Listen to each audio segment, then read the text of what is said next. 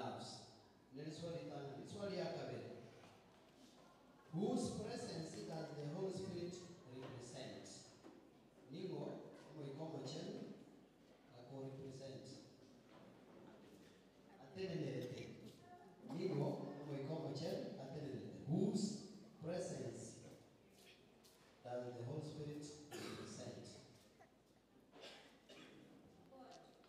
Thank you. Thank you. You can now go through this one.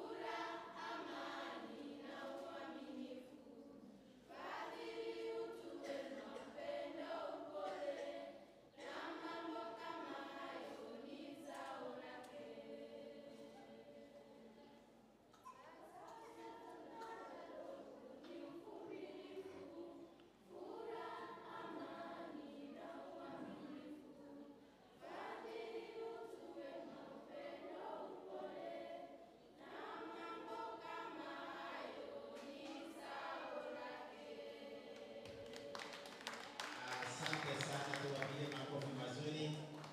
Macedonia East wanapotoka tunatoa sadaka zetu hapo, alafu zawadi zetu, zawadi tunaiweka hapo. Sawa sawa, asante sana, asante sana. Wametoa zawadi yao nzuri hapo, wametoa sadaka. Asante, thank you Macedonia Jerusalem West. Asante sana Jerusalem West.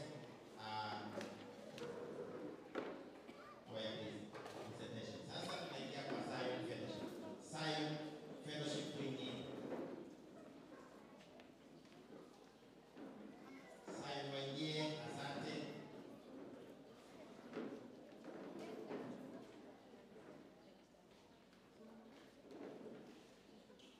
Yeye wanaingia Zion Fellowship. Karibu sana. Asante.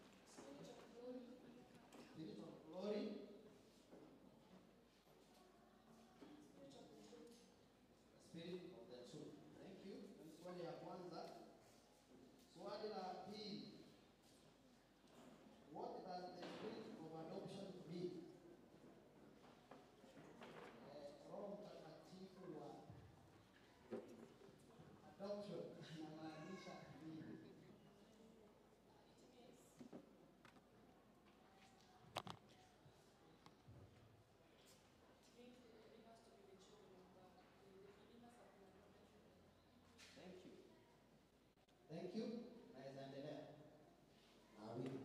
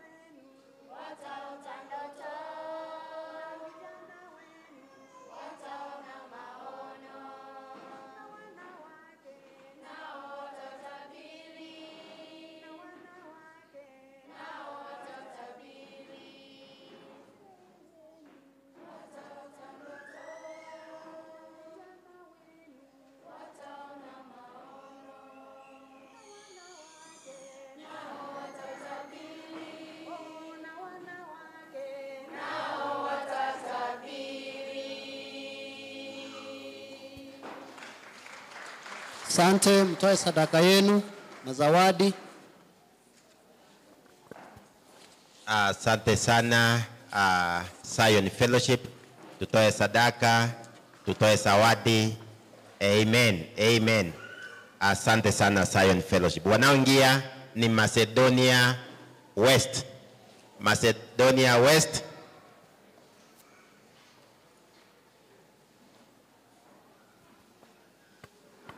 Macedonia West, tuingie.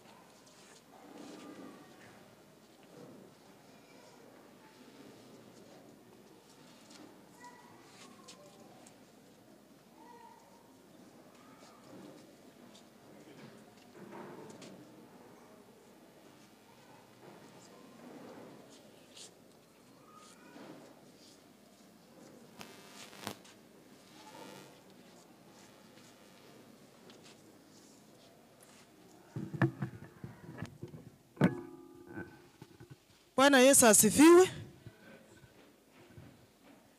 Ekwaya Macedonia West ogotera igoro y'omoiko majenu. Komenta namang'ana y'omotukuru ase egitabu kia ogokora ibere gochaka eyemo mpaka isano isatu na 17 na 18.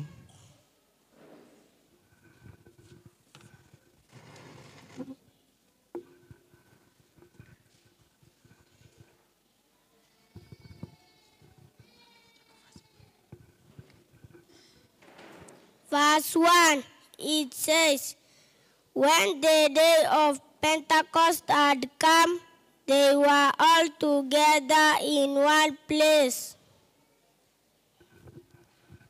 Verse 2, suddenly there was a wave from the sky, which sounded like a strong wind blowing, and it filled the holy house where they were sitting. Verse 3, then they saw what looked like tongues of fire which spread out and touched each person there. Verse 4, they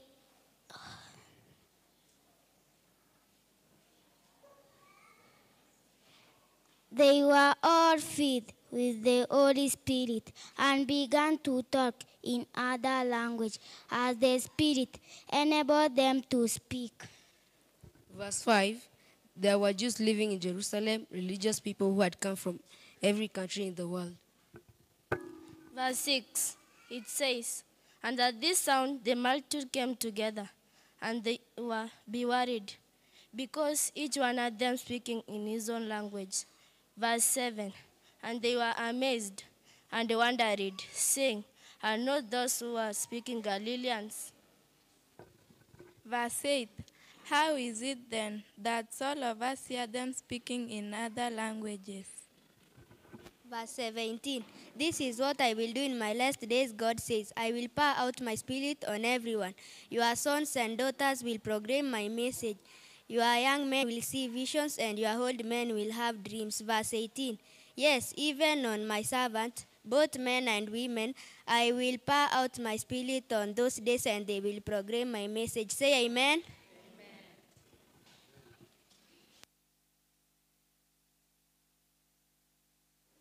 Niko na maswali mawili kwenu.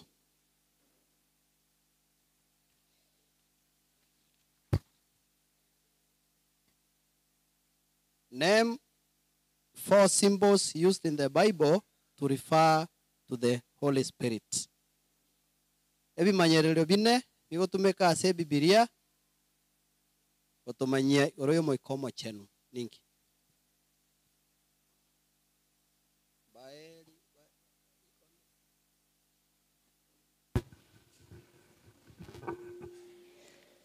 One is the dove. Dove, Fire, fire, water, water,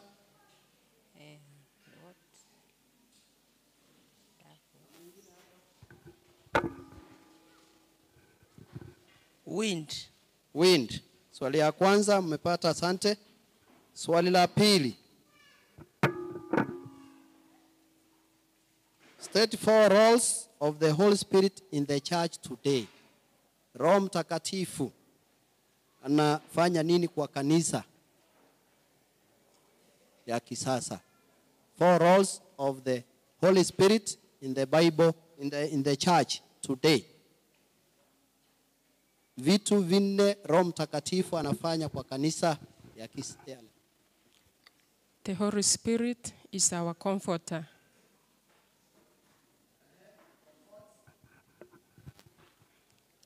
It gives love to love. It shows love to the believers. Mwingine? Ogototebereria. Moikomo chenu ogototebereria. Otorokereria. Yonde.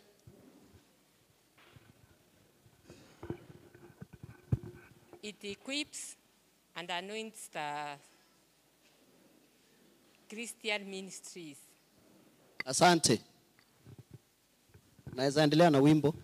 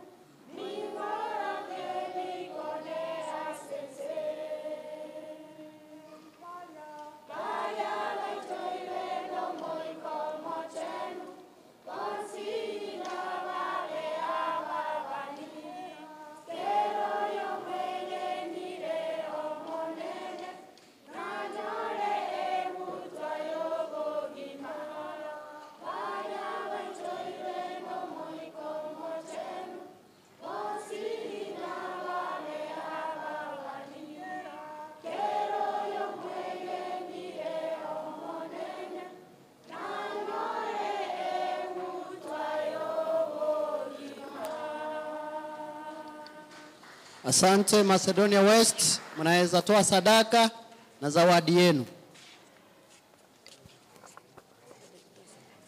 Asante. Next ni Jordan. Asante sana Macedonia West. Jordan, karibu.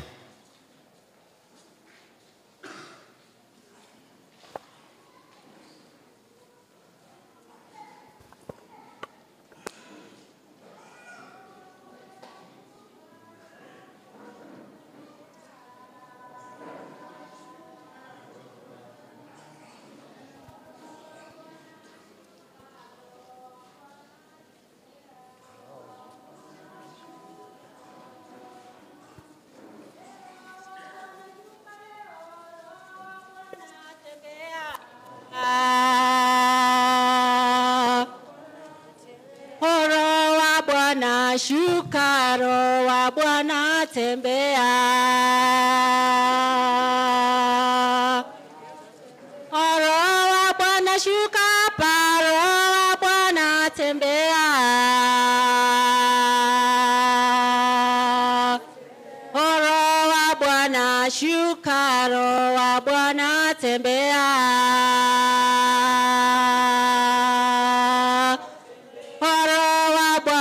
Shuka, Roho wa Bwana tembea. Roho wa Bwana shuka, Roho wa Bwana tembea.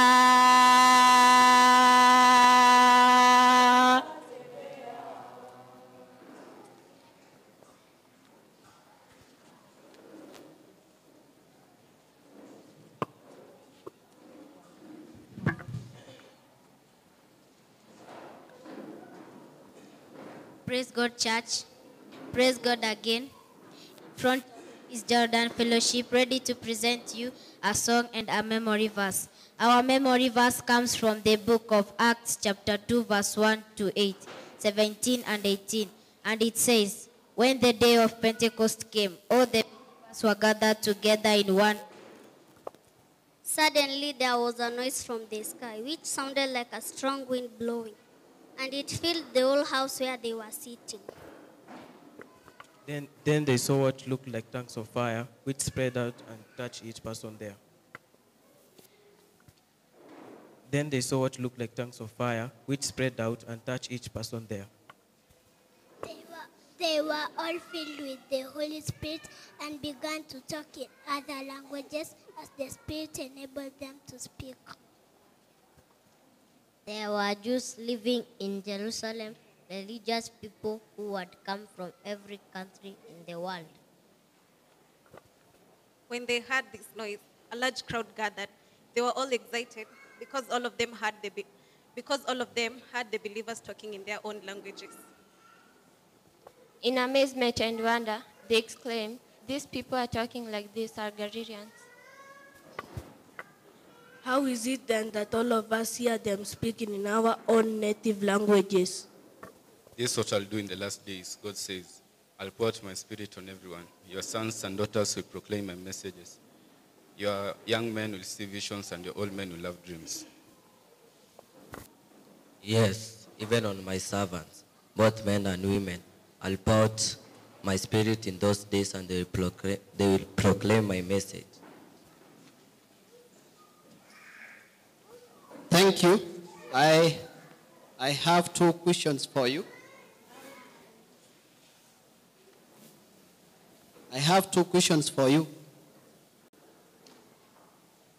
Apart from the spirit of holiness, spirit of truth, spirit of wisdom and knowledge, and the spirit of the Lord,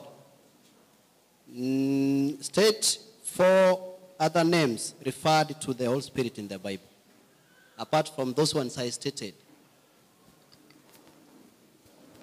Spirit of promise. Spirit of promise. Spirit of fire. Spirit of fire. Spirit of truth. I stated that. Spirit of godliness. I stated that too. Spirit of goodness. Yes. Good spirit. Good spirit. Another? Thank you. Question 2.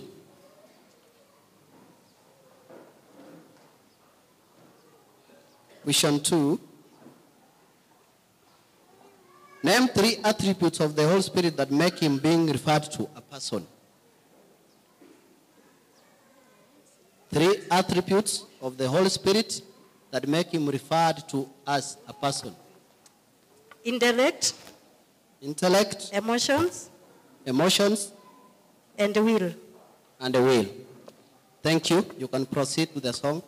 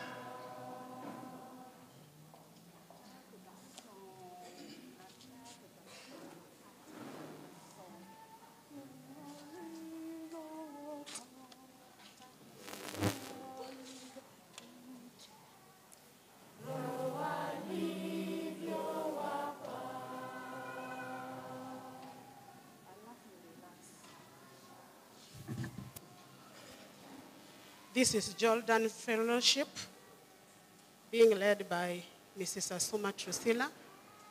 The song is about the Holy Spirit. The leader is still Mrs. Asuma and the composer, Karibuni. Thank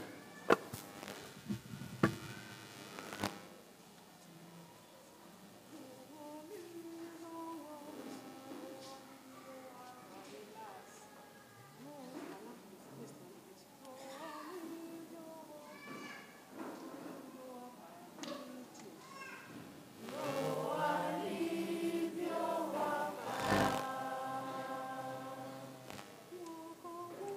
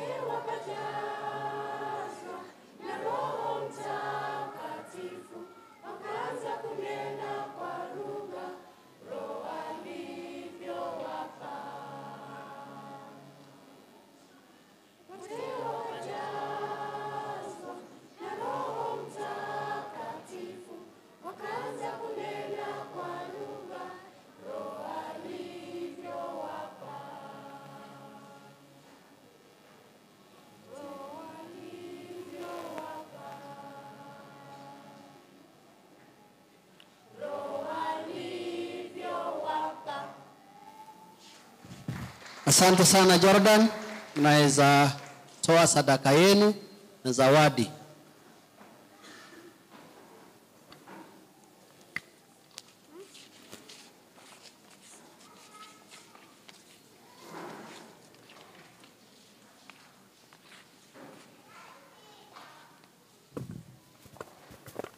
Asante sana Jordan.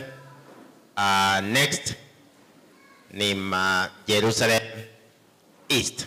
Jerusalem East, karibu.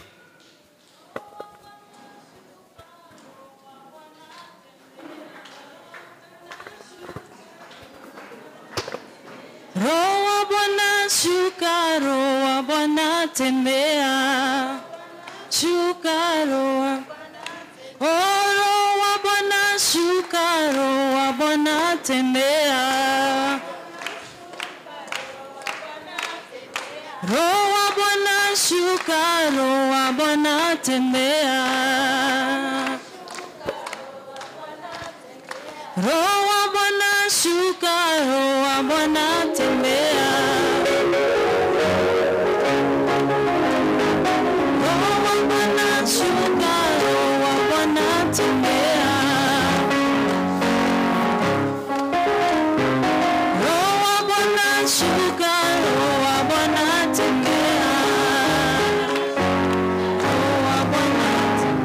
Roho wa Bwana shuka, Roho wa Bwana tembea.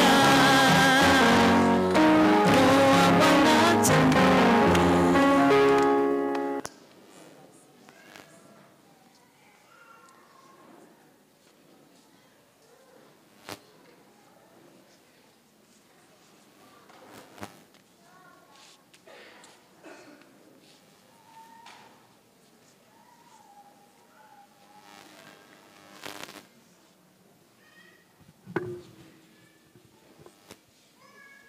Praise the Lord. Praise the Lord again. In front of you is Jerusalem East Fellowship, ready to present to you a song and a memory verse. And the memory verse comes from the book of Acts chapter 2, verse 1 to 8 and 17 and 18. And it says, when the day of Pentecost came, all the believers were gathered together in one place. Suddenly there was a noise from the sky which sounded like a strong wind blowing, and it filled the whole house where they were sitting. Then they saw what looked like tongues of fire, which spread out and touched each person there. They were all filled with the Holy Spirit and began to talk in other languages as the Spirit enabled them to speak. There were Jews living in Jerusalem, religious people who had come from every country in the world. When they heard this voice, a large crowd gathered. They were all excited to hear each one of the believers speaking in his or her own language. In amazement and wonder, they exclaimed, "These people who are talking like this are Galileans. How is it then that all of us hear them speaking in our own native languages?" This is what I'll do, God says. I'll pour out my spirit to the whole world. Your sons and daughters will proclaim my message. Your young men will see visions and your old men will see dreams. Yes, even on my servants, both men and women, I will pour out my spirit in those days, and they will proclaim my message. Thank you. Thank you. Niko na maswali mawili kwenu. I have two questions for you. Question number 1. Why do we say that the Holy Spirit is actually God? Why do we say that the Holy Spirit is actually God? Kwa nini tunasema Roho Mtakatifu kweli ni Mungu? Because the Holy Spirit is the third one in the Trinity. Sorry? The Holy Spirit is the third one in the Trinity. Someone need to help him?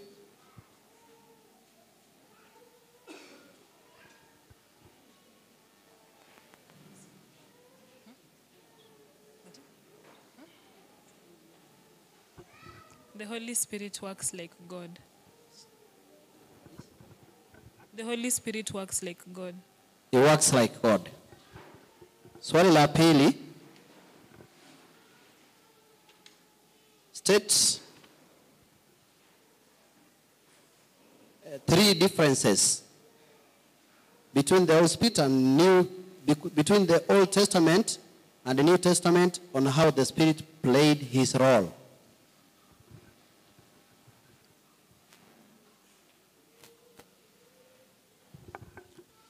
In the Old Testament, the Holy Spirit worked through specific people, such as judges, prophets, and kings, while in the New Testament, the Holy Spirit works in all people.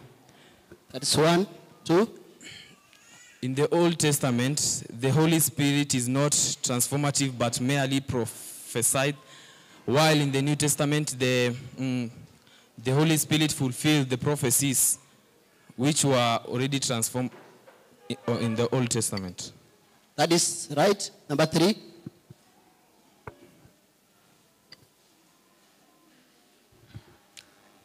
In the Old Testament, the Holy Spirit could depart on God's people, but in the New Testament, the Holy Spirit is permanent. Thank you. On his believers. Thank you. You can proceed with the song. Bwana Yesu asifiwe. Kwaya ni Jerusalem East Fellowship. Wimbo ni juu ya Roho Mtakatifu. Kiongozi ni Monica Gichana. Mbarikiwe.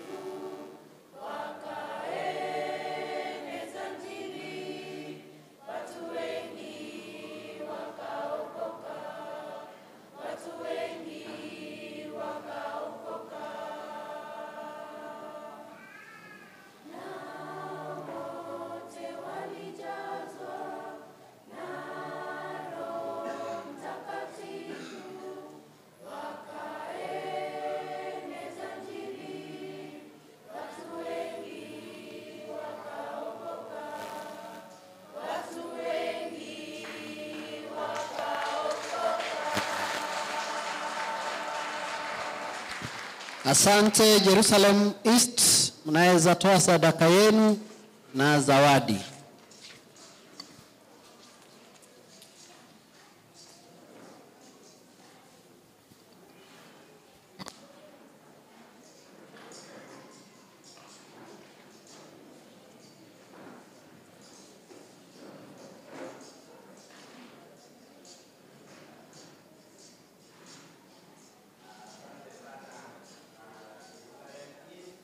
Next ni Mount Carmel. Mount Carmel karibu. Mount Carmel. Waingie.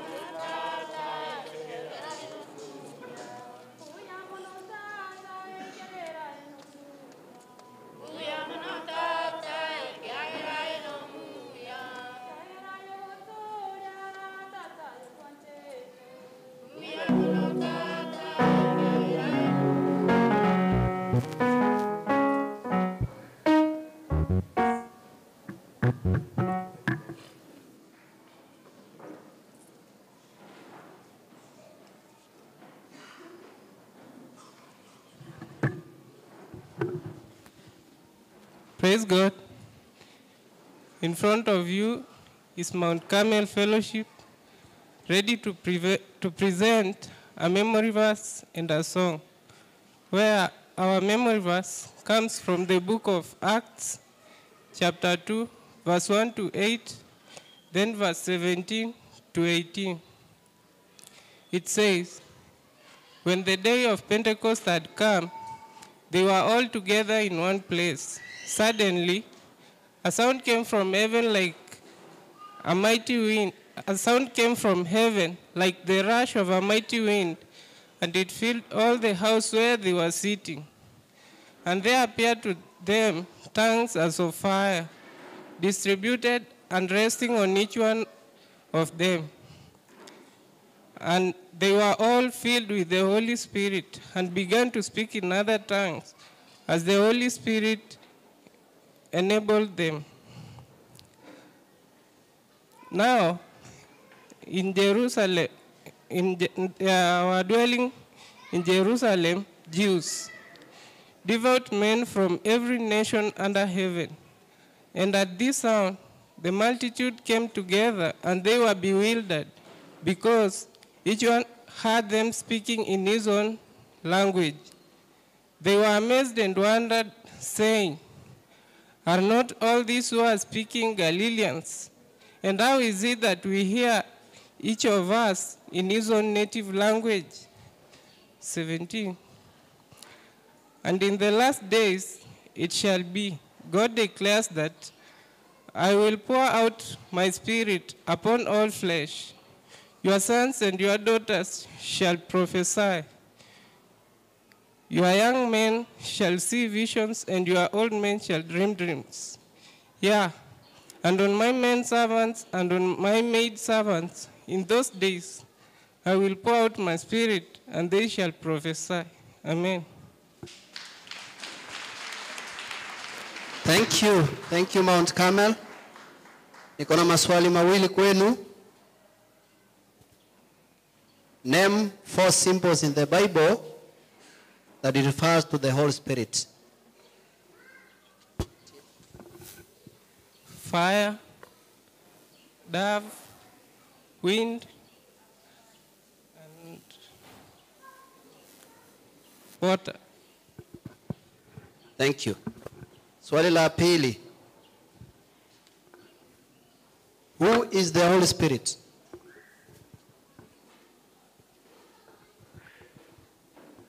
Ubutatu bwa Nyasaye. Sorry? Ubutatu bwa Nyasaye. Ubutatu bwa Nyasaye. Biamono. Naweza endelea na wimbo.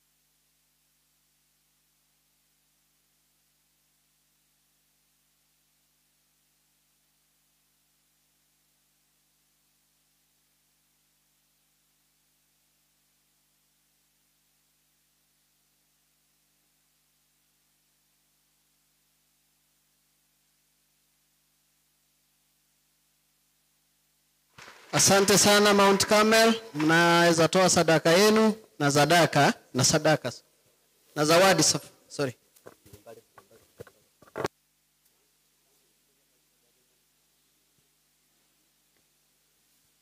Asante sana Mount Carmel.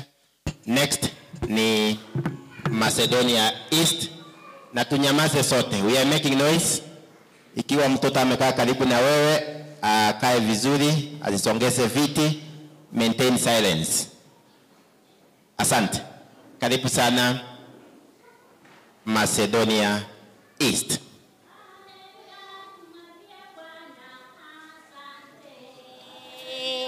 Tumwambie Bwana asante. Haleluya, tumwambie Bwana asante. Tumwambie Bwana asante. Siku ya leo tumwambie Bwana asante. Tumwambie Bwana asante. Haleluya, tumwambie Bwana asante. Bwana asante. Siku ya leo tumwambie Bwana asante. Asante. Haleluya, tumwambie Bwana asante. Bwana asante. Haleluya, tumwambie Bwana asante. Bwana asante. Haleluya, tumwambie Bwana asante. Bwana asante.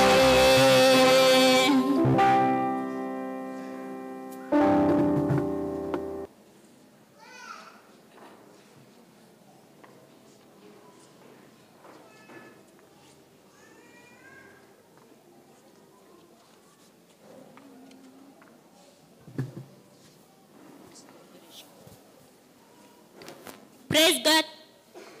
Praise God again. In front of you is the Macedonia East Fellowship, ready to present you a song and a memory verse from the book of Acts chapter 2, verse 1 to 8 and 17 to 18. Sit back, relax, and travel with us. Welcome. When the day of Pentecost came, all the believers were gathered together in one place. Suddenly, there was a voice from the sky which sounded like strong wind blowing, and it filled the whole house where they were sitting. Then they saw what looked like tongues of fire which spread out and touched every person in the room. They were all filled with the Holy Spirit and began to talk in other languages as the Holy Spirit enabled them to speak.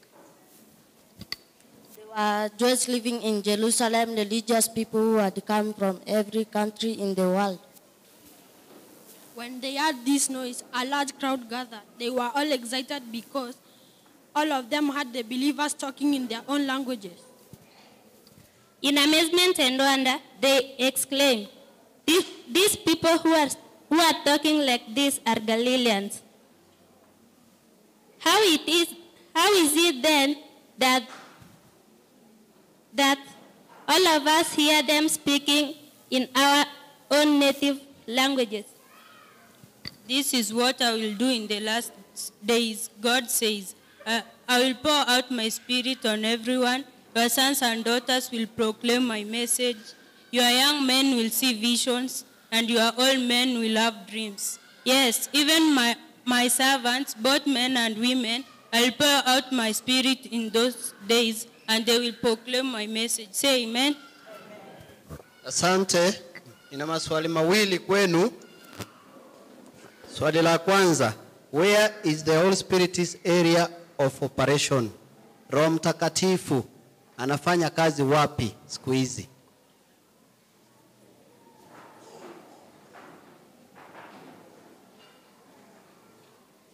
In the church. In the church. And the believers. And the believers. Asante. Swali la pili.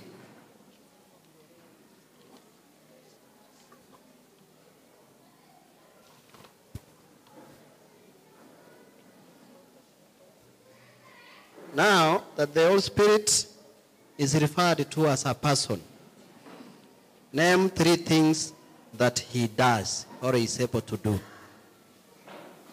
Intercedes. He intercedes.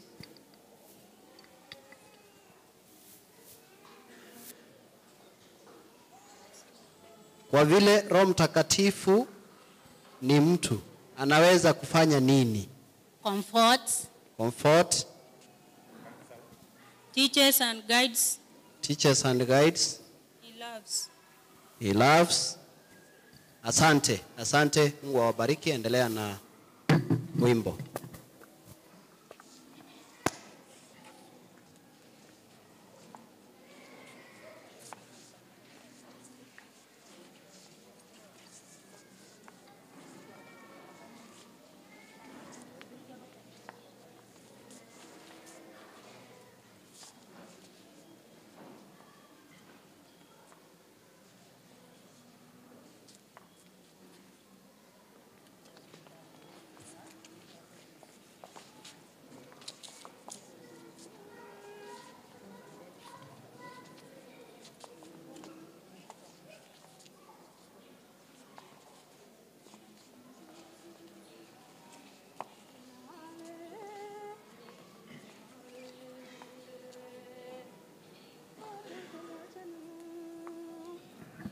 Bwana asifiwe.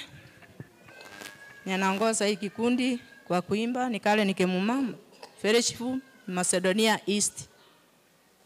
Tabarikiwa pamoja.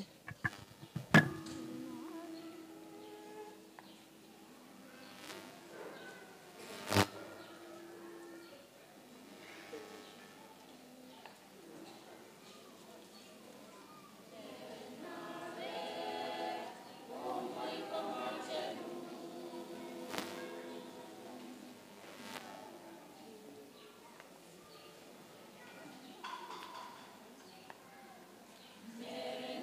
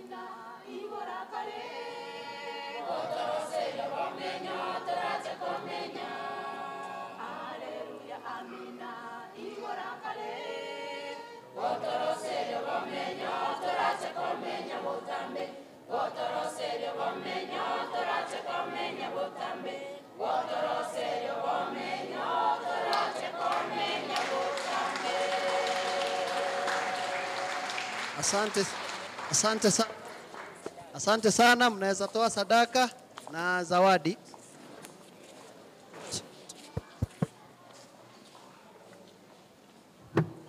Asante sana Macedonia East. Tutoe sadaka na zawadi tukitoka. Next ni Bethlehem Fellowship, second last.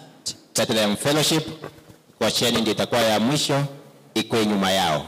Bethlehem Fellowship, karibu. Bethlehem Fellowship. Tuingie Bethlehem Fellowship.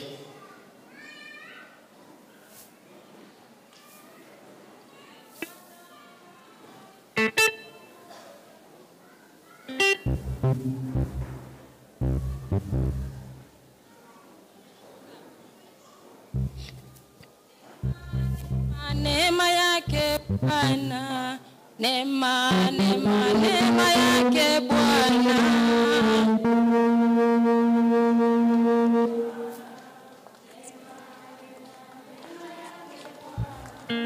Neema yake Bwana, neema yake Bwana.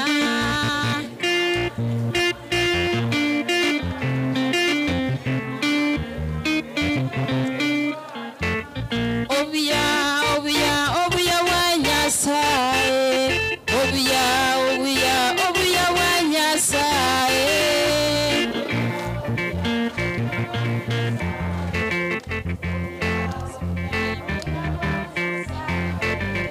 Obia wanyasaye, obia wanyasaye.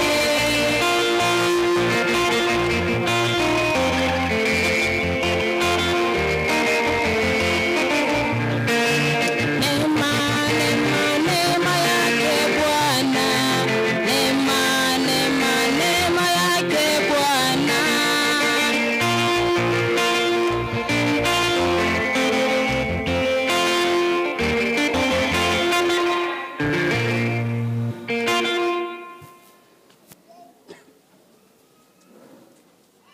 Praise God. Praise the Lord again.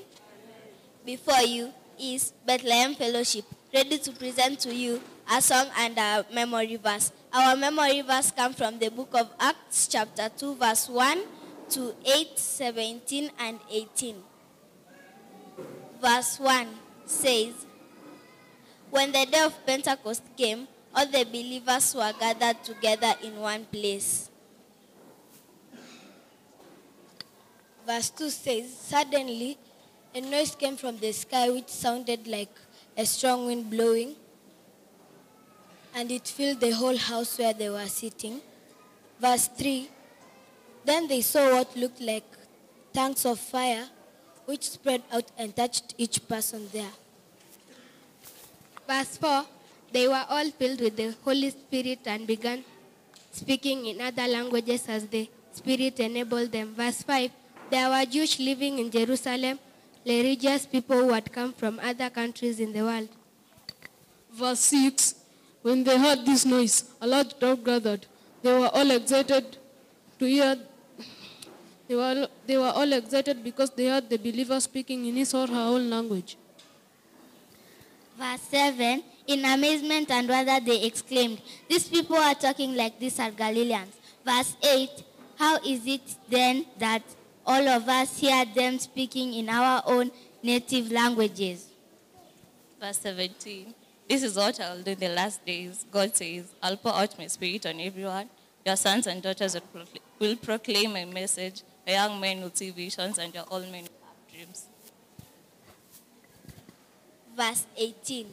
Yes, even on my servants, both men and women, I will pour out my spirit on those in those days, and they will proclaim my message. Asante. Say amen. Say amen. Asante. Niko na maswali mawili kwenu. Name 3 attributes of the Holy Spirit that make him being referred to as a person.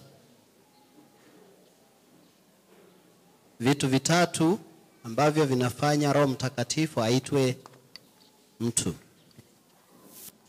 Will, intellect and emotion. Thank you. Swali la pili. State 3 differences in the Old and New Testament on how the Holy Spirit played his role. Roho Mtakatifu alifanya kazi kwa Old Testament na New Testament. Tofauti gani? 3. 1, in the New Testament, the Holy Spirit departed, while in the Old Testament, the Holy Spirit stayed permanently. Sante, ingine?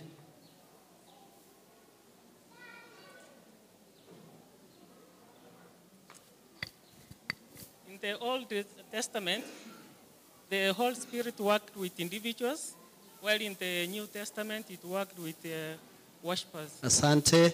Ya 3 na ya mwisho.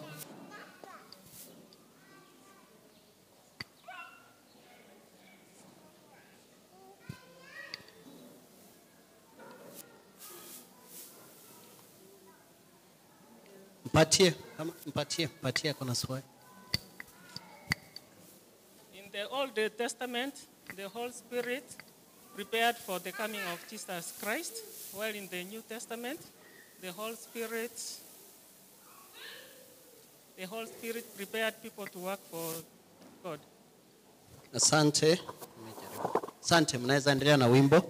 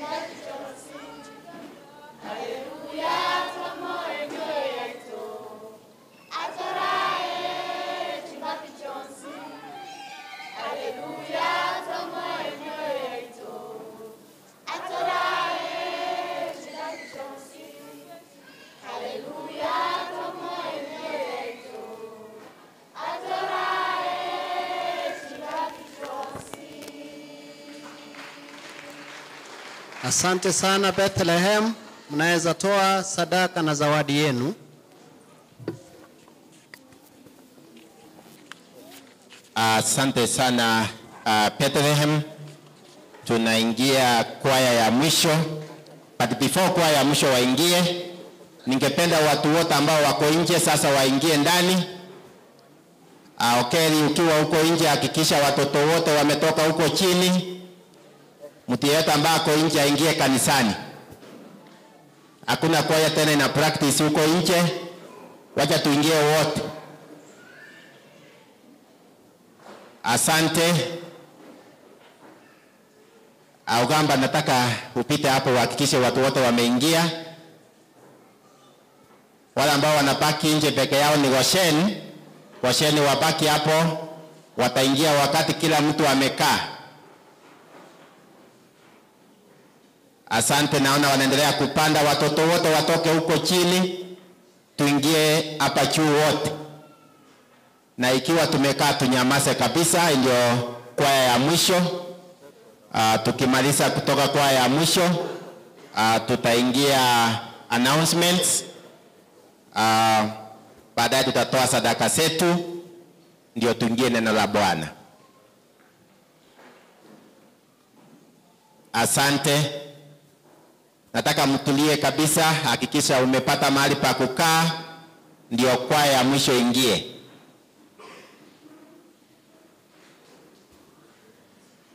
Amen.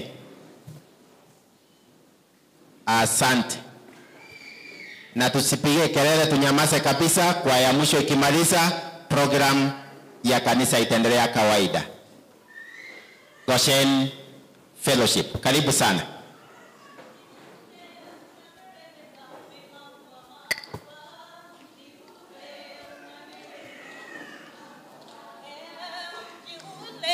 Unameremeta umepambwa maua.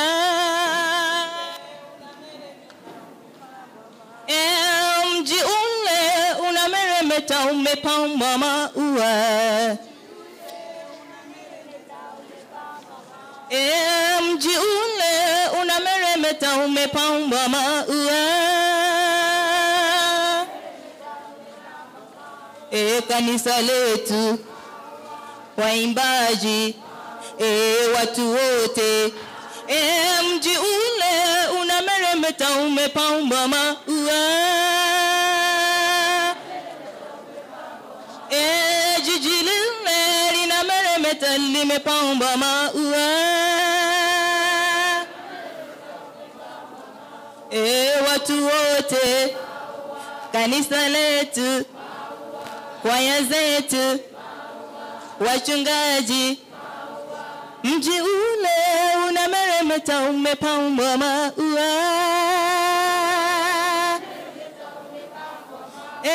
Kwaya zetu zinameremeta zimepambwa maua.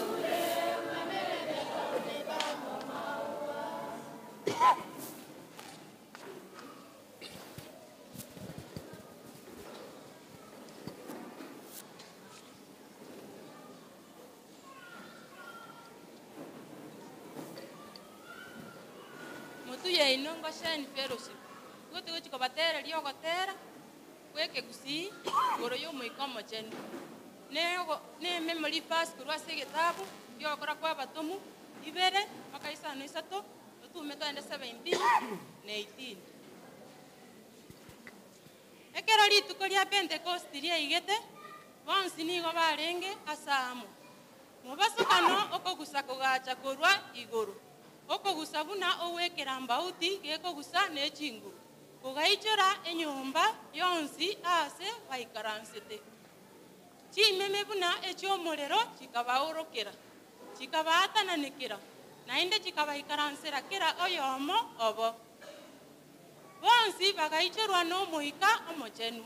Bagachaka gukwana ase emenwa emeao. Una omoika obaete watora. Mba menyete Yerusalemu abayahudi abasigete Nyasaye. abantu korwa asekera egesaku inse yerioba.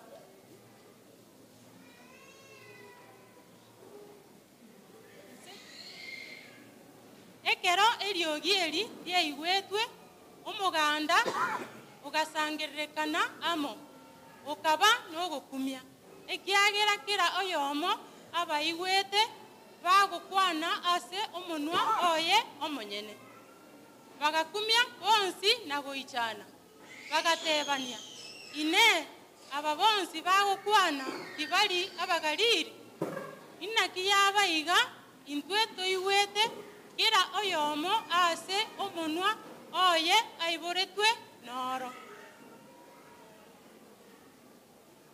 nebe asa matuko omoerio Nyasaye otebire nimba iterere abantu bonsi omoika one na abana baino abamura na abaiseke inababane abamura baino na barore amaroro na abagaka baino na barote chindoto na boigo asa matuka iyo nimba iterere abasomba bane abasacha na abakungu omoika one na barabwo inababane.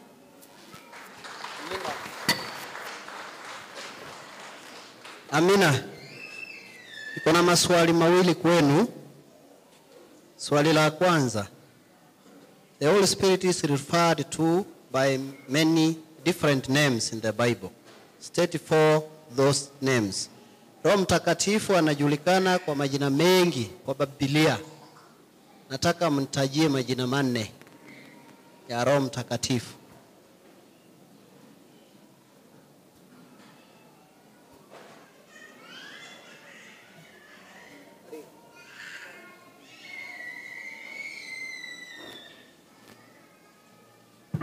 Majina manne tu.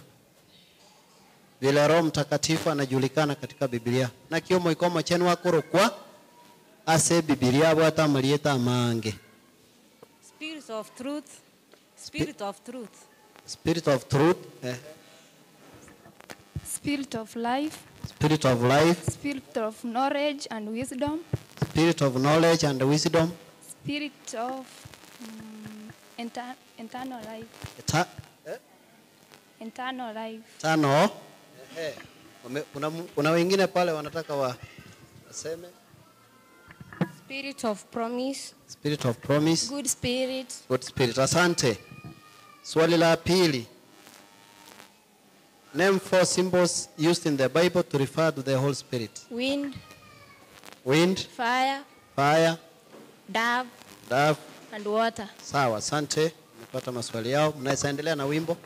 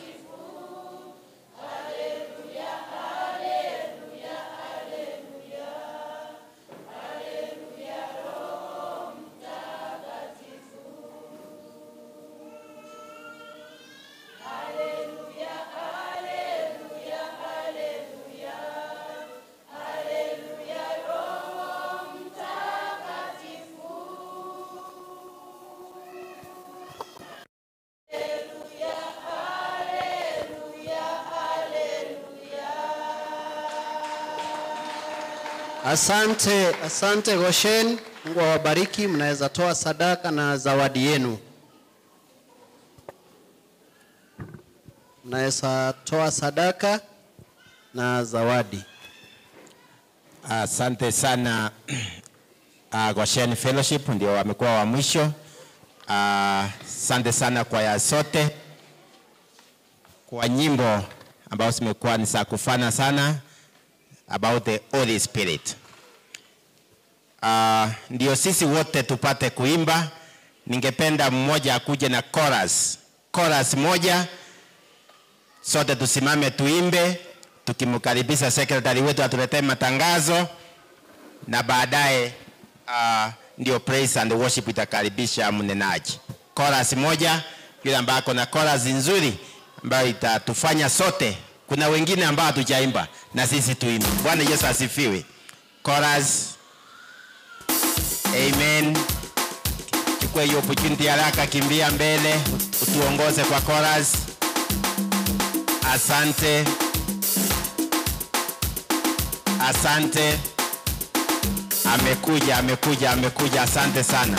Tusimame wote kwa chorus moja ndio tukaribishe secretary wetu. Bwana Yesu asifiwe. Bwana Yesu asifiwe. Asifiwe Yesu.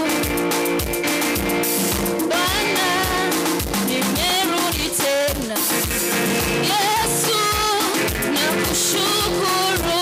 Mengine sijui ila hili Bwana. Ninajua umenitendea Bwana. Bwana. Yesu nakushukuru. Mengine sijui ila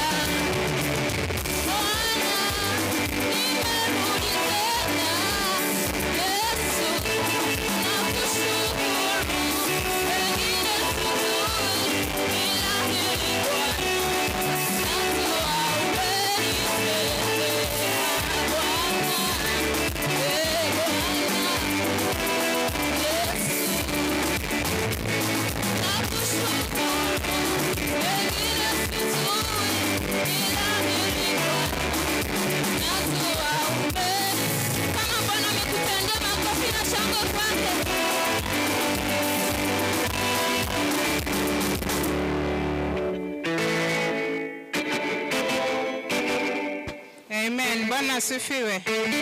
Bwana Yesu asifiwe. Praise Jesus. Salimia mwenzako. Mwambie sasa tutulie. Evaluation imeisha. Tusikize kutoka kwa Bwana. Bwana asifiwe. Ningependa kuleta matangazo machache. Bwana asifiwe. Amen. Sasa tusikize, tuko na matangazo machache. All apostles baada ya ibada, apostles wote na board members, we meet at the bishop's office. All apostles and church board members, baada ya ibada tukutane kwa ofisi ya bishop. Mama director na komiti yake, that is mama director, mama kanisa, treasurer wake na secretary, pamoja na kiongozi wa wajane, watakuwa na mkutano KCPAG Church tarehe 3 mwezi wa 5 kuanzia saa 3 asubuhi. Mama director, komiti yake, widows director, tukutane KCPAG Church on 3rd May kuanzia saa 3 asubuhi kwa mkutano.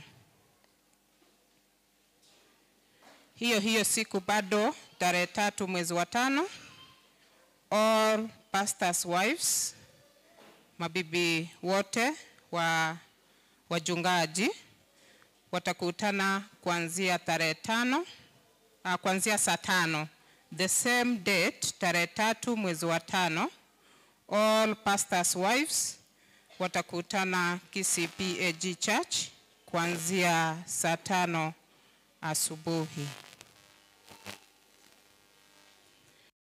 Tarehe 10 mwezi wa 5, tarehe 10 mwezi wa 5, all assembly committee members watakutana KCPAG wakifanya uchaguzi wa center.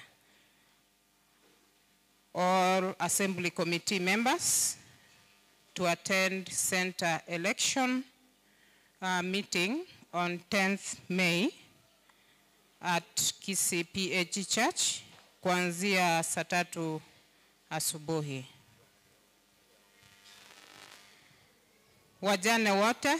Wajane wote tumeulizwa kwamba tutakuwa na mkutano tarehe 10 mwezi wa 5, pia utafanyika KCPAG Church. Haba boraka ni salute hivi. Amen. Amen. Tarehe 10 mwezi wa 5 tutakuwa na mkutano pale KCPAG Church kuanzia saa 3 asubuhi. Kwa hivyo tujipange, na kama kanisa tumeulizwa tuweze kusupport widows waende na maji bills mzuri, so wakiwa na mkutano wao watatumia hayo maji.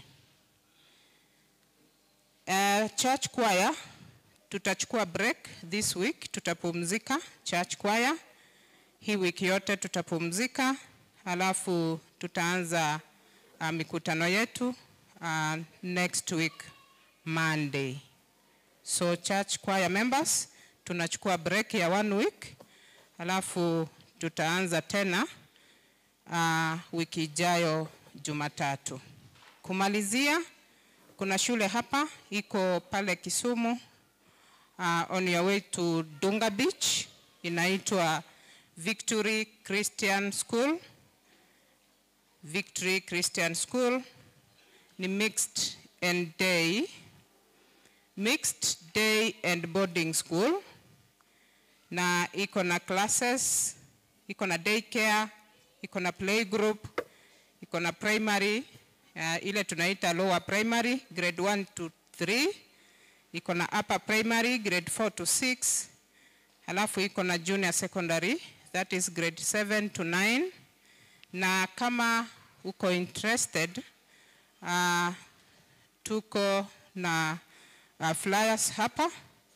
Utazipata hapo kwa meza yangu, mahali nitakuwa nimeketi, ama mahali utaona Deacon.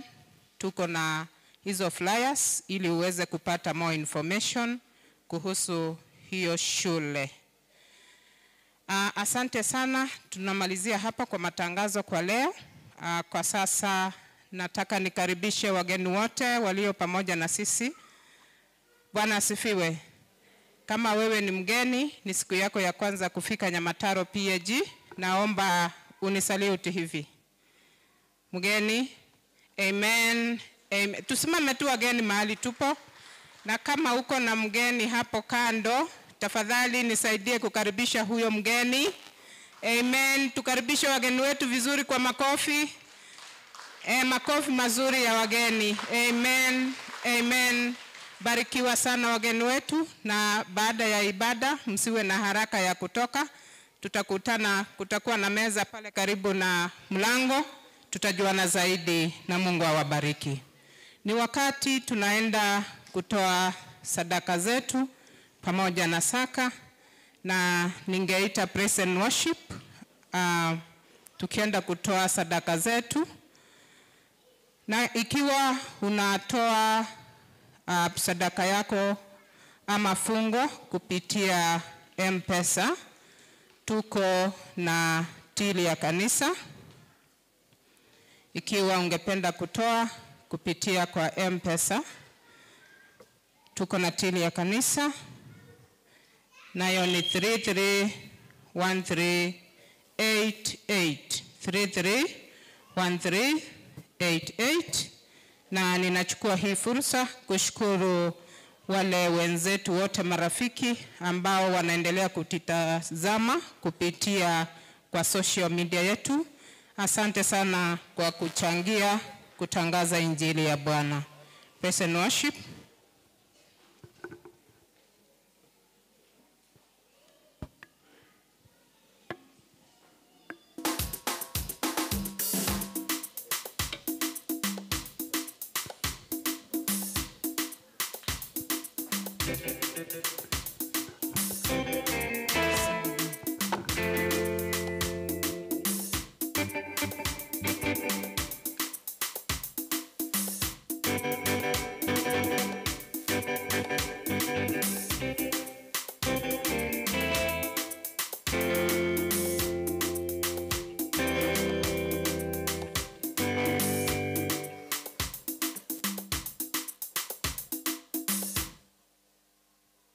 Yes, hallelujah.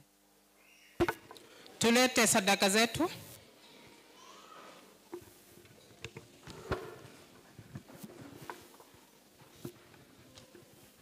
Bwana, nimerudi tena. Yesu, nakushukuru. Wengine sijui, ila mimi Bwana nimejua umenitendea. Bwana, nimerudi tena.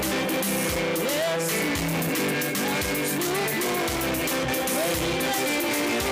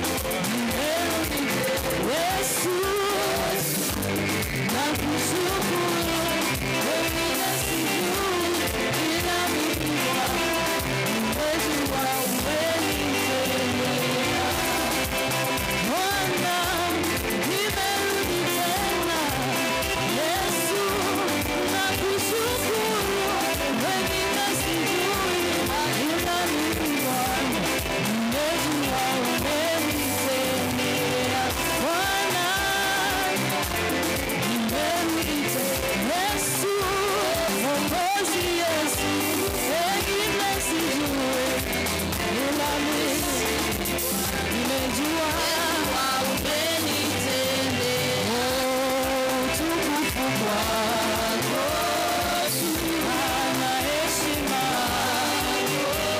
kama utukufu wako na heshima sema utukufu wako kama na heshima sema utukufu wako yawe na heshima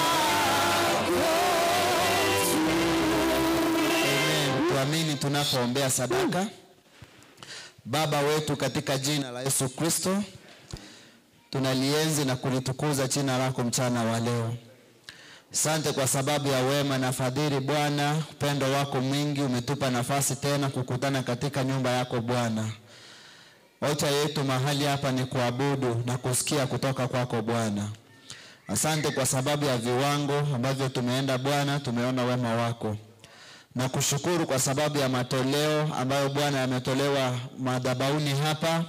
Naomba Bwana ukayabariki, bariki wote walioshiriki katika shughuli hii ya kukutolea kwa utukufu wa jina lako. Waliokutolea Bwana wakiwa wagonjwa ukawaponye, waliokutolea wakiwa na mahitaji mengi Bwana ukatimize mahitaji yao katika jina la Yesu Kristo. Na tunapoendelea na ibada tunaomba neema zako ziwe juu yetu, kwa Yesu Kristo tumeomba na kuamini. Amen.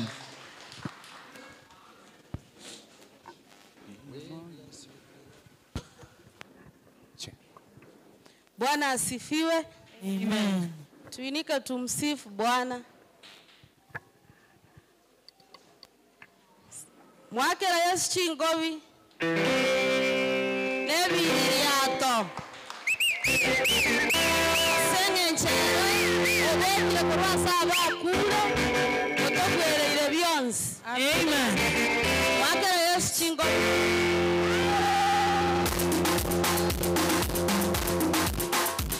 Bwana wangu nitakuimbia, Bwana wangu nitakuimbia, wakati ningali na pumzi nitakuimbia, wakati ningali na pumzi nitakuimbia, Bwana wangu nitakuimbia, Bwana wangu nitakuimbia, wakati ningali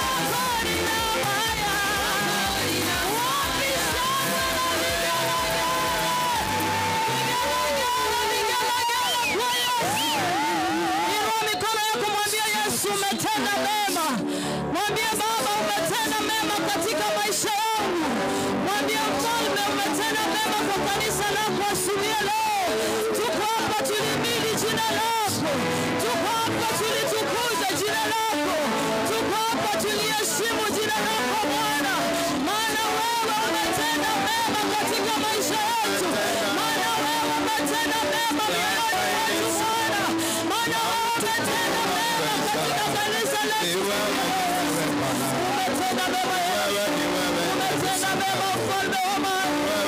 Umetenda mema mioyoni mwetu Bwana. Umetenda mema siku ya leo. Umetenda mema upande wa amani. Umetenda mema katika maisha yetu. Umetenda mema katika familia zetu. Umetenda mema katika ibada hii. Umetenda mema. Kuna mwingine zaidi yako. Umetukuka Yahweh. Wewe ni Bwana, wewe ni mfalme. Kando yako hakuna Mungu mwingine. Tunakushukuru kwa sababu ya wema wako Bwana. Asante kwa sababu ya wema wako.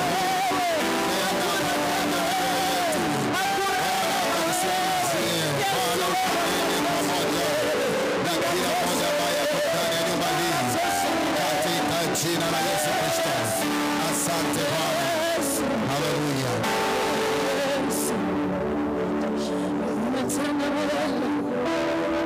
Baba, tunakushukuru sana.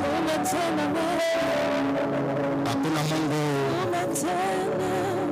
wa kulinganishwa pamoja na wewe. Wewe ni simba kutoka kabila la Yuda. Matendo yako yatisha dunia. Wewe ni baba yetu, Mungu mponyaji. Tunakushukuru kwa sababu ya mema ambayo umetutendea maishani Bwana. Tuko katika nyumba yako tukiwa na furaha. Tuko ndani ya nyumba yako Bwana kwa sababu ya wokovu ambao umeweza kutupatia. Tuko ndani ya nyumba yako kwa sababu ya tumaini umetupatia hata kufuka kutoka kwa wafu. Asante kwa sababu ya wamama, asante kwa sababu ya wazee ambao umewatoa mbali umewaleta hapa kwa ajili ya ibada hii. Naomba ukabariki kila mmoja ambaye Bwana amepata nafasi kuingia katika ibada hii. Asante kwa sababu ya watoto wetu, wavulana kwa wasichana walio ndani ya nyumba. Naomba kwamba Bwana ukaweze kubariki watumishi wako ambao umewaandaa wako hapa kwa mkutano. Naomba ukawabariki Bwana. Tunakushukuru kwa sababu ya vipindi vimepita. Tunakushukuru kwa sababu ya nyimbo. Tunakushukuru kwa sababu ya memory verses ambazo Bwana zimeweza kuchukuliwa na waumini wetu. Tunakushukuru kwa sababu ya kila jambo ambalo limeweza kutendeka. Hatuwezi kuchukulia tu rahisi hivyo, lakini imegharimu mkono wa Bwana. Na imefika wakati huu tunapoenda kupata neno lako. Naomba kwamba Bwana ukaweze kumtumikia mtumishi wako katika madhabahu haya. Neema yako ikashuke katika viwango vikubwa, na Bwana wa majeshi, yale ambayo hayawezekani kwa mwanadamu yakawezekane katika ibada ya siku ya leo. Walio wagonjwa pokea miujiza yao ya uponyaji, waliokata tamaa kwa sababu ya shida nyingi wamezipitia, Bwana wapate nguvu mpya. Wale ambao wamezauliwa na wanadamu wakakumbukwe pamoja na wewe katika ibada ya siku ya leo. Naomba katika jina la Yesu Kristo Bwana, tumenyenyekea ukapate kuinuliwa katika ibada hii. Ni wewe ukanene pamoja na mioyo yetu, kama vile wimbo umesema kwamba tumerudi tena. Mengine hatujui, lakini Bwana tunajua wewe ni baba yetu, tunajua wewe ni Mwokozi, wewe ni Mungu unayenena pamoja na maisha ya watu wako. Tunakushukuru kwa yote na vyote, bado tunakuhitaji katika ibada hii. Ni wewe uliye tegemeo letu na msaada wa karibu, katika jina la Baba na Mwana na Roho Mtakatifu tumeomba na kuamini, na mtu wa Mungu asema amina. Amen. Amen. Amen. Nashukuru Bwana kwa sababu ya nafasi hii ya kipekee ambayo ameweza kutupatia tuweze kuwa katika nyumba ya Bwana. Nyumba ya Bwana imejaa chini mpaka juu. Inamaanisha kwamba kuna furaha nyingi ndani ya nyumba ya Bwana, na Bwana anaendelea kuleta uvuvio katika mioyo yetu. Ni vizuri kumtumainia Mungu na ni vizuri kumtegemea Bwana katika hali zote. Kwa hivyo hata kama imekuwa ni wiki, imekuwa na homa, imekuwa na malaria, lakini bado Mungu anatawala. Yeye ni mponyaji, yeye ni mwenye nguvu, na ametuleta umbali huu kupitia kwa uwezo wa jina la Bwana. Na waheshimu watumishi wa Mungu walio ndani ya nyumba, karibu sana katika ibada. Mkaweze kubarikiwa tunapoendelea katika ibada yetu. Pia nimeona mzee ambaye ni retired, rafiki yetu anayekuja hapa na anatusalimia. Karibu sana mtumishi wa Mungu katika ibada ya siku ya leo. Ninaomba kwa unyenyekevu mkubwa, kwa sababu ya muda, uweze kumleta mtumishi wa Mungu ambaye anayeenda kutupeleka katika kipindi cha neno, na naamini kwamba utaenda kubarikiwa. Sio mwingine ni Reverend Dr. Roger Songuti ambaye tuko na mambo mengi sana na yeye, lakini siwezi kusema yote kwa sahihi. Alinisimamia harusi yangu. Ni mtoto wa anti yangu. Mama yake pamoja na baba yangu wametoka tumbo moja. Baba yangu ndiye mkubwa, yeye ndiye, mama yake ndiye anafuata baba yangu. Ni yeye aliyenihubiria wakati nilikuwa sijaokoka, yeye alikuwa ameokoka. Akakuja wakanihubiria kwa familia yetu, nilikuwa Mkatoliki, na Bwana akaweza kuniokoa na nikawa mchungaji kabla yeye. Lakini baadaye tena amekuja, niliwahi kuwa mchungaji, wewe ulikuja kuwa mchungaji nyuma wakati nilikuwa mchungaji. Maana nimekuwa mchungaji 98 na wewe umekuja kunyuma. So ni rafiki yangu, tumekuwa na yeye katika darasa moja, mambo ya mahubiri ama mambo ya theology. So nikaona ni vizuri leo niweze kumwalika aje. Mungu amemsaidia, yeye ni CD director wa Ogembo PhD District, na ni pastor wa kanisa langu la nyumbani Nyaburumbasi. So hivyo unaweza kuona tuko ndani, na ninaamini kwamba atakuwa wa baraka. Mungu amempa nafasi. Yeye ni kile kikundi cha waimbaji wa Gusi Raja, wale walimu wanaofundisha. Yeye ni mmoja wa wale walimu. So ninaamini kwamba ile kazi itafanyika hapa ni ile kazi ya internationali, sio ile ya waziwazi tu hivi. So Mungu akubariki sana mtumishi wa Mungu. Nimefurahia kwa kuitikia, na neema ya Bwana ikutosha unapokuwa kwa madhabahu haya. Baba, nakushukuru sana. Hakuna Mungu wa kufananishwa na wewe. Umeweza kuturuhusu katika masiku ya leo kuwa na mtumishi wako ndani ya nyumba, na anaponena neno lako Bwana ukamtumikie, awe baraka, na sisi pia tumbariki katika ibada hii. Jina la Bwana litukuzwe na libarikiwe milele yote, maana hakuna Mungu aliye kama wewe. Kwa jina la Baba na Mwana na Roho Mtakatifu tumeomba na kuamini. Amen. Amen, amen. Barikiwa kabisa. Bwana akubariki sana.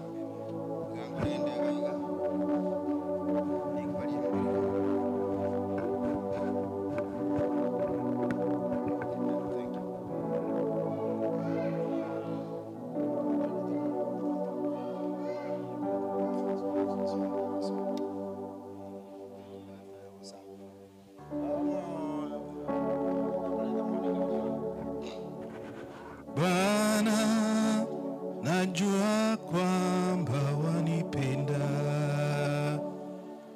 Najua kwamba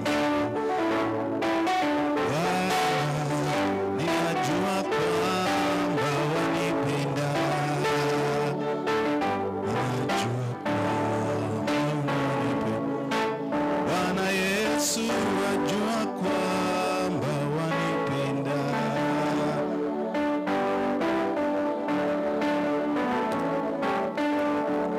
Praise the Lord. I thank God because of it, for the life that we have.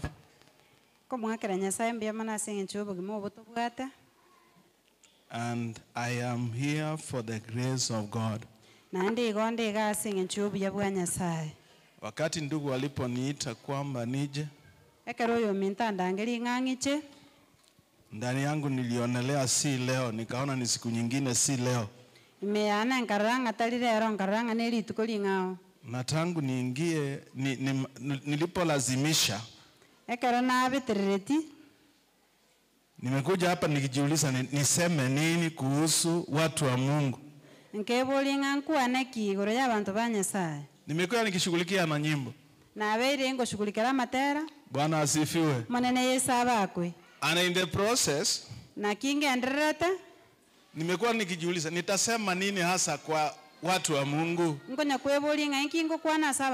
Lakini Mungu amenipa neno, sio lile nilijitayarisha. Kolende nyasa wangere lingana tali linero bereti na liro. Neno tofauti kwa siku ya leo. Lingana lingase litukolia. Praise the Lord. Manene Yesu abakwe. Bwana asifiwe. Manene Yesu abakwe. Watu wa Mungu tuwe changamfu kidogo kuliko vile tulivyo. Abantu banyasaye tegato sasoke gwetane buna toligo. Hebu salimia mwenzako mwambie changamka kwa Bwana. Kwani oyo mina matai sasoka so manene. Praise the Lord. Amen. Kwa vile ndugu ameniintroduce kwa kila sehemu.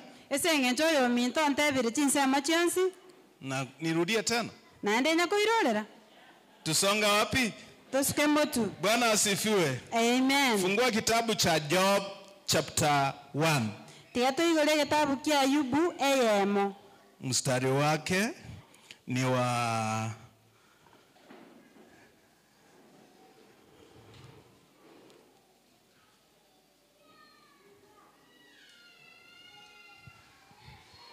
verse 2 and 4. Ibere ama na inya Ayubu eyemo ibere na inye. Or you can read 1, 2 and then you go 4. Wasenso meye mana ibere nganda inye. Ase ense ya usi na arengeo omonto orekoro kwa Ayubu. Omonto yo nigo arenge omwegenwa na nigo abwate enkoro endonge. Nigo amoirogete Nyasaye. Agetanga korwa ase ogokora amabe. Ere na abwate abana abamura batano na babere na abaiseke batatu. Inye abamura ba Ayubu nigo banarete gokora emeyega ase chibisi. Kera oyomo ase lituko liaye. Nigo barenge korangeria abaiseke baria batatu bacha kuragera na kunywa amona barobo. Bwana bariki maandiko. Amen. Nataka kusema kwamba you can bless your children. Nabogo sasa ni abana bao. Unaweza kufungulia watoto wako baraka ambazo ni za ajabu. Nabogo ngorera abana ba ama sisi ni yogo kumia. Mara nyingi tumeishi chinga kichi nyinge twamenyire bila kufanikisha mambo ya watoto wetu. Totaliko gendereria amangana ya abana baitu. Na watoto wengine wameendelea kufanya mambo bila ya kufikiria wazazi wao. Na abana bande bagenderera gukora amangana bataliko rengereria aba. Leo nataka niseme neno moja. Ndagete gukwana ringana elimo. Tafsiri mema kwa watoto wako. Kwana amangana maya asa abana bao. Prophesy good things for your children. Praise the Lord. Amina. But our children should also have a vision of what to do. As Job was also doing for his children and how they were loving each other. Bwana asifiwe. Amina. Bwana asifiwe sana. Amina. This book of Job was written during the wilderness period. And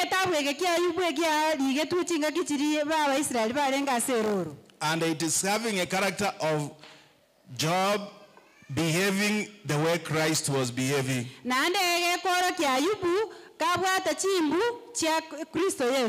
Bwana asifiwe. Amina. Satan is coming in to test Job. And you are the current Job of this day. Na Ayubu weli tukolia lero. You are the current Job. Ayana Ayubu olero. Praise the Lord. Amina. There are many people in this world, including me and you, who are having challenges with their families. It is important to make ideas for prophesying good for your children. Bwana asifiwe. Amina. Huyu mtu Biblia inasema alikuwa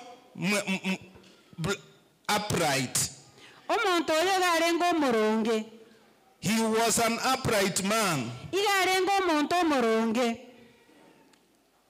And blameless before God.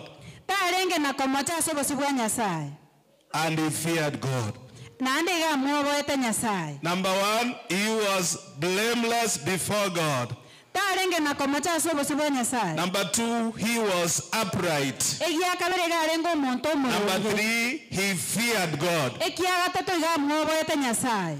In order to make God come to your family, ayegokora Nyasaye achase nyumba yao, in order to call God so that he can fight for your children, rigerorangeri Nyasaye arwanerera abana bao, you must have the trio characters. goiko tware chimbwe chisatu.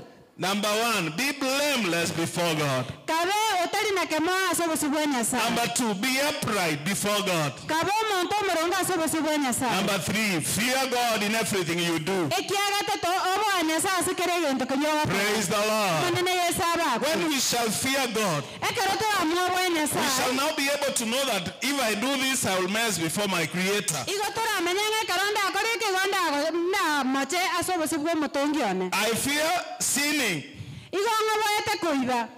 I fear doing what is against God's will. Igonga boete gokora kerikere maminche no gwancha kwa Then Nyasaye. you fear God. Igonga boete Nyasaye. I fear leaving God's job or God's duties be left anyhow. Igonga boete gotige emeremo ya Nyasaye bosa igo. When women are needed in the church, when the women are needed in the church, ekera abangine baganeirie ase kanisa, I am one. na incha no yomobo. I fear being counted out. Igonga boete kobarwa siko. Praise the Lord. Amina. Because I fear God and this is the duty for God, Ese ngencho nga boete Nyasaye ne yene emeremo ya Nyasaye. I have to go for it. Goikangende.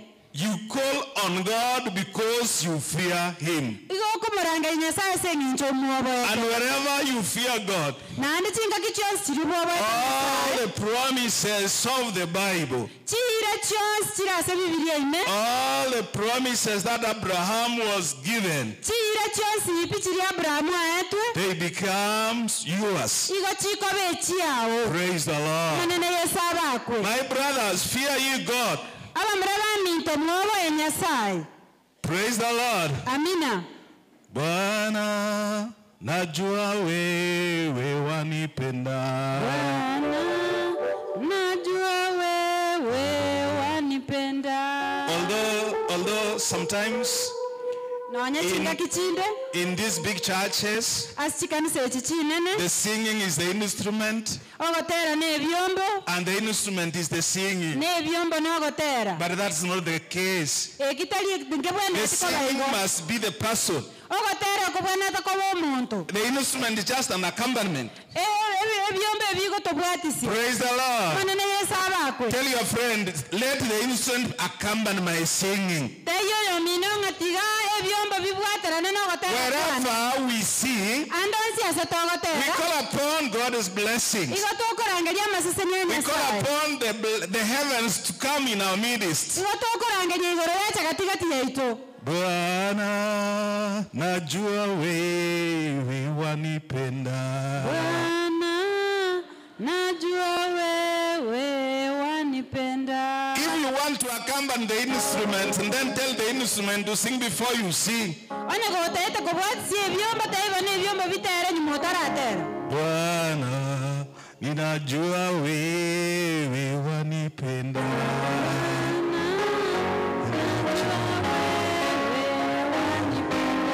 Katika mambo yote najua wewe Bwana wanijali.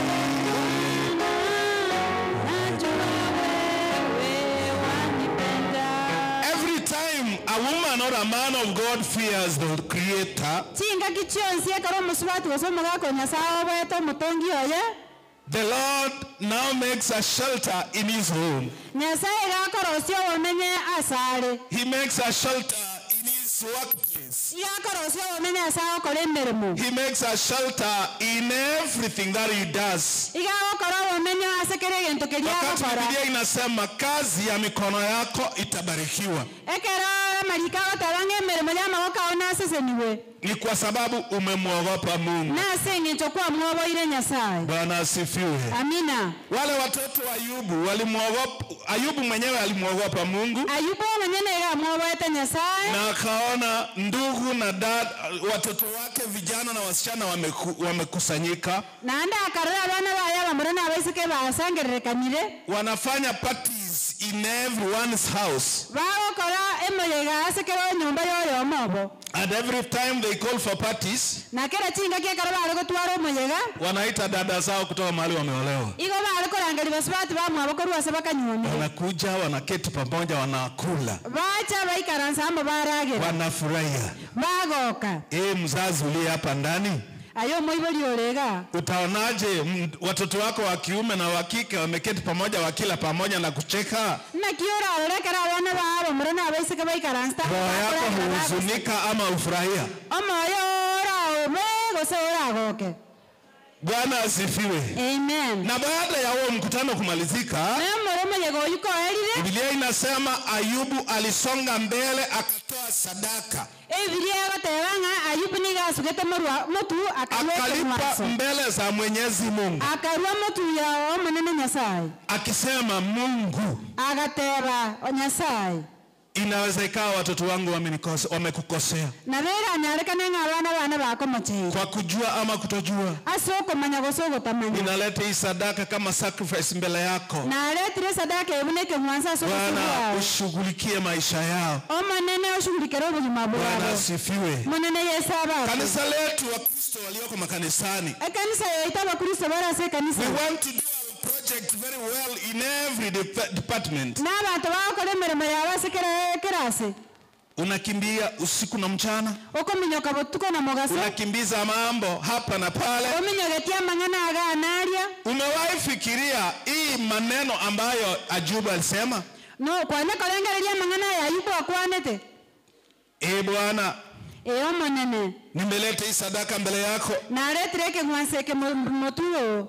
Kwa ajili ya watoto wangu wa kike na wa kiume. Wana bamurana abaiseke. Naomba Mungu ukawasamehe. Na asabire Nyasaye babere. Wenda ikawa wamekukosea. Na bera nyareka na bakomocheire. Praise the Lord. Manene sabakwe. As much as you give free, you give school fees. Na nyako korwe fees. You have a duty here. No bwatemere moga. What have you told God about your family and their future? What will they be in tomorrow's? Bwana asifiwe. Bwana asifiwe sana.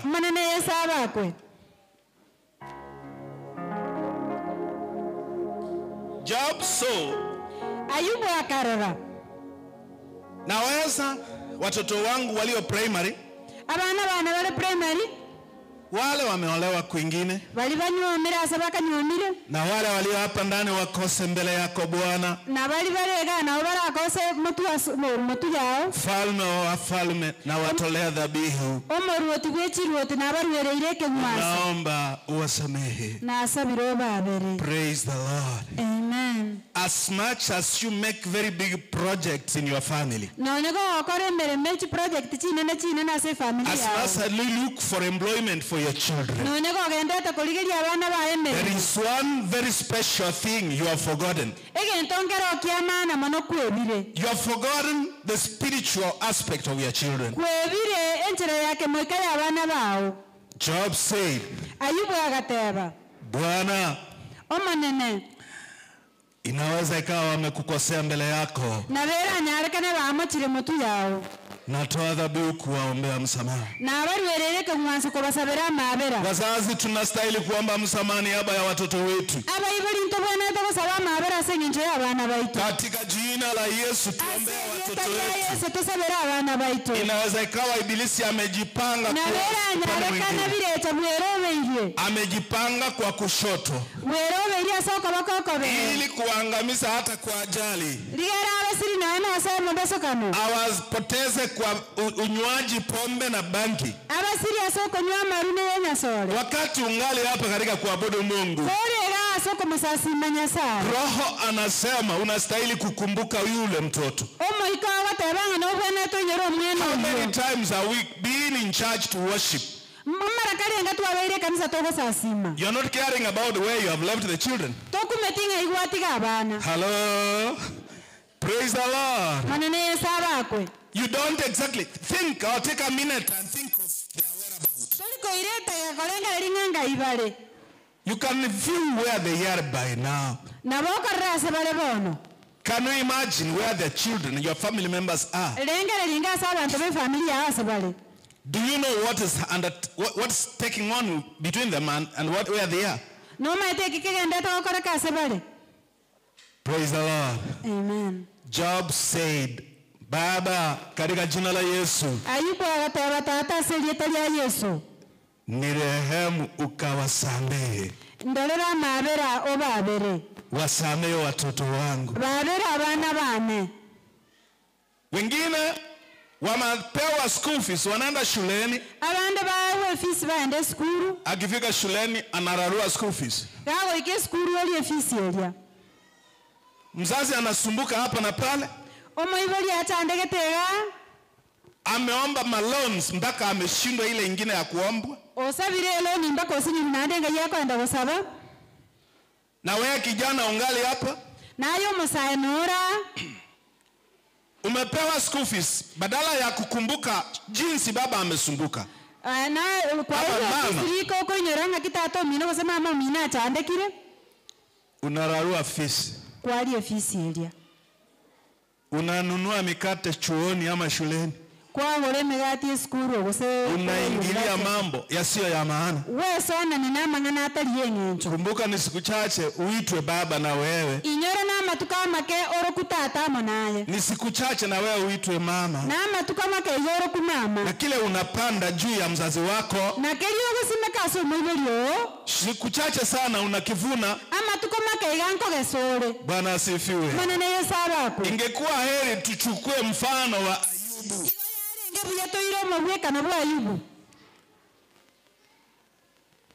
Mara nyingi watoto kama ungejua vile mzazi anavyokusumbukia,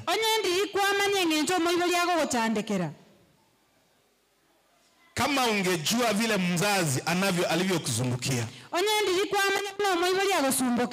ungefanya yale ambayo ni mema. Praise the Lord. Amina. Hata mzazi wa Biblia amesimama akasema Mungu. Na onyena mwibelio yase Biblia tabirenga Nyasaye. Naomba msamani haba ya watoto wangu. Na sabira mabera sengicho abana bane. Mungu wangu upate kuwakumbuka. Nyasaye noba inyure. Upate kuwabariki. Onyare ko basisenia. Upate kuwasamehe yote maovu ambayo wamesema. Onyare ko babera mabonsi ayabakolire. Bwana asifiwe. Munene yesaba ko. Inawezekana neno hilo lilikuwa ni langu. Na vera nyare kana lingane eliarenge eliane. Ama ni lako. Gosene eliao. But I feel strongly neno hili ni lako mpaka wewe. Lakini wani wote ne chinguruka kimanga lingane eliao naye. Praise the Lord. Munene yesaba ko. Tuombee msamaha watoto wetu katika jina la Yesu. Na ingawa wako katika nyumba ya Mungu na sisi tuko pamoja pale. Na majaribu yanaanza kuwafuata. Biblia yasema kwamba hakuna silaha itakayosimama kinyume cha watu wa Mungu ishinde.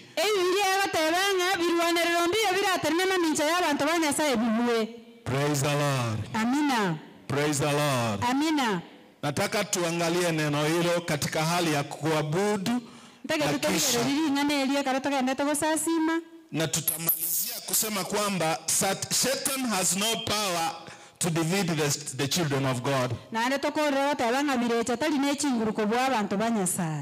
Bwana asifiwe. Amen. God cannot forsake your children. Hello. Amen. If you are for God, if you are really saved, you are upright before God. You have feared the Lord. And you are there for His service. God will never forsake your children. He will work for their victories. Bwana asifiwe. Amen. Isaiah 54 verse 17. Isaya 54 19.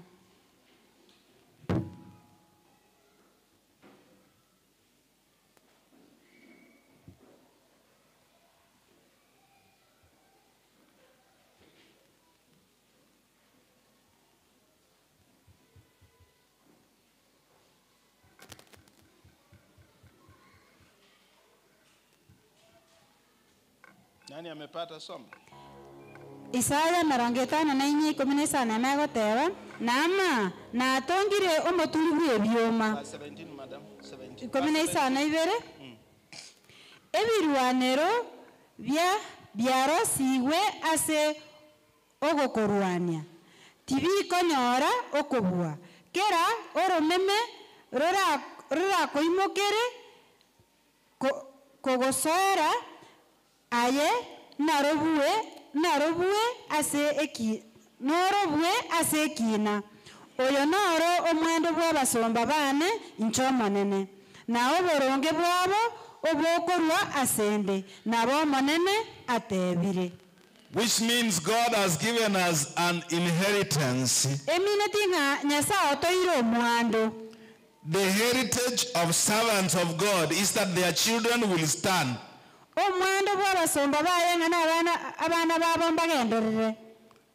Bwana asifiwe. Amen. Silaha zote ibilisi atainua kinyume cha watu wa Mungu hazitakuwa na ushindi.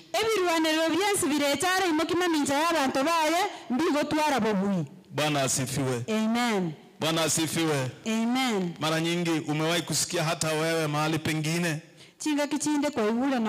ati watoto wa wachungaji ndio wezi. Praise the Lord. Amen. Imesemekana katika vijiji kwamba watoto wa wachungaji ndio watakuwa wezi majambazi. Hiyo ni kulingana na kingdom ya ibilisi. Lakini kulingana na heritage ambayo inatoka kwa Mungu. Hakuna silaha ya kuangamiza ambayo itasimama kinyume cha watu wa Mungu. Praise the Lord. Amina. Watoto wa watumishi wa Mungu wasimame na washinde na waendelee mbele. Wakristo ambao wamesimama kumfanyia kazi Mungu kila siku wanajisumbua kuhakikisha kwamba kanisa limejengeka. Mungu atazame nyumba zao. Angalia hata watoto wao walio na shida mbalimbali. Katika jina la Bwana Yesu Kristo. Praise the Lord. Amen. Hata yule ambaye anahusika kwa ajili ya kuhakikisha kanisa la Mungu linajengeka na kutenda mapenzi ya Mungu hata kwa kutumika praise and worship na instruments. Mungu anakutambua. Tengeneza uhusiano na Mungu. Watoto wako wabarikiwe kwa jina la Yesu. Tusimame kwa ajili ya kuabudu. Hakuna Mungu kama wewe. Mungu kama wewe. Mungu kama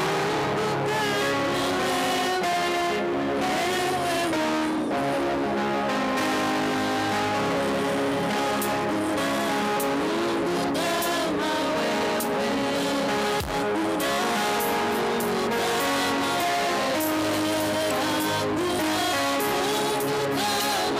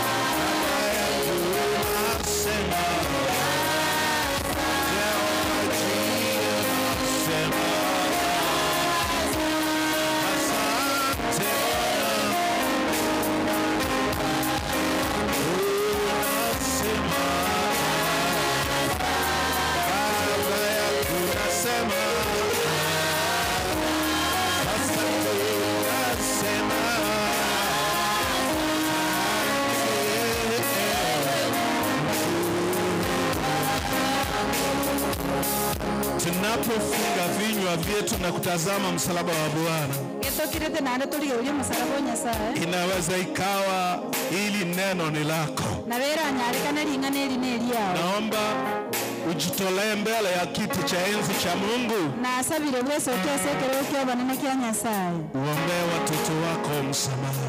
Osabira abana ba amabera. Uombee kanisa lako la nyumbani msamaha katika jina la Yesu. Osabire kanisa yao yanka amabera seli etalia Yesu. Kwa vile neno hili ni lako. Ekiagera ringana eri neri yao. Wacha kuangalia Ukristo wako pekee. Takuligeria bokristo bwaye bye. Tazama kanisa lako la nyumbani. Ligeria kanisa yao yanka. Ombea watoto wako msamaha. Sabira abana ba amabera. Wale ambao wangesema leo hii Mungu muumba mbingu na nchi. Bali bare batebanga Nyasaye motongi igoro na nserero. Leo nami nataka niombea watoto wangu msamaha. Lero nenche ntete ko sabira abana ba amabera. Leo nataka nitolee watoto wangu dhabihu ya kuomba. Na nenche ntete tenduera abana ba neke mwanso byogo saba. Ili Mungu akuinue. Inua mkono na tutaomba pamoja nao katika jina la Yesu Kristo. Mungu wa mabwana apate kukuinua, akutendee kadri ya maombi ya moyo wako. Naomba msonge mbele kwa ajili ya kuomba pamoja kwa jina la Yesu. Tulete every trouble and every temptation which comes to our children katika jina la Yesu Kristo.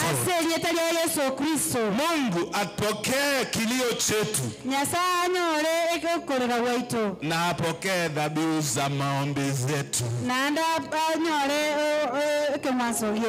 katika jina la Yesu Kristo. Tunapoomba na ruhusu, tunapoimba ili mtembee mbele kwa ajili ya kuombea jamii zetu katika jina la Yesu, kama vile Ayubu alivyofanya. Na asabire getogotera tusuke mutu asenge njogo sabira chi family chetu na Ayubu akorete. Wajua maisha yangu yote, wajua maisha yangu yote, wajua maisha yangu yote, ewe Mungu wangu, nasema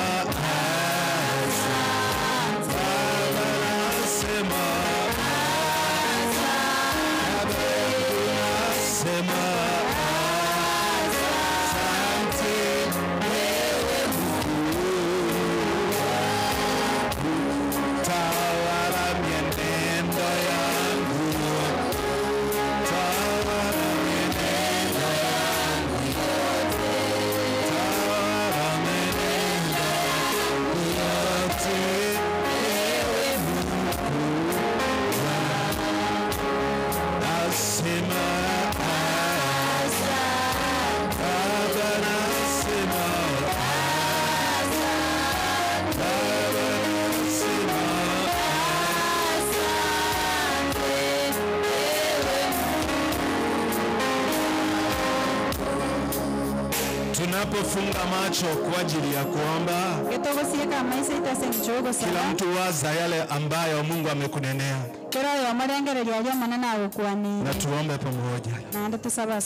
Baba, katika jina la Yesu Kristo, unajua vyema maisha ya kila mmoja. Unajua yale tumetenda, yale hayaja kupendeza na yale yanakupendeza. Abana, watoto wako wamelia kwa ajili ya jamii hizi zao. Naomba Mungu ukawapokee. Kama kuna yeyote Mungu ambaye amelia na kunena jambo kuhusu watoto wake,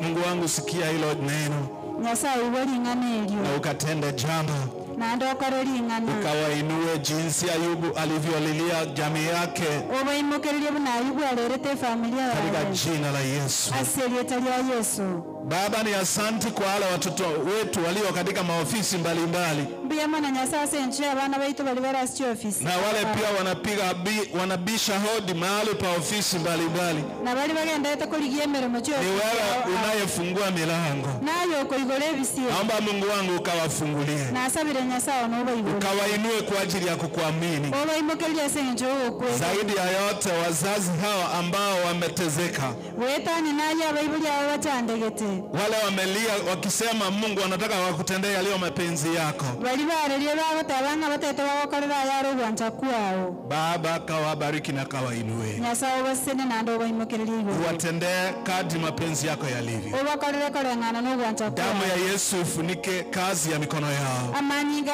Yesu atutube emirimo ya magoko yao. Damu ya Yesu ifunike maisha ya watoto wao. Amanyinga Yesu atutube wale ambao pia wanaweza kuwa hawajaokoka.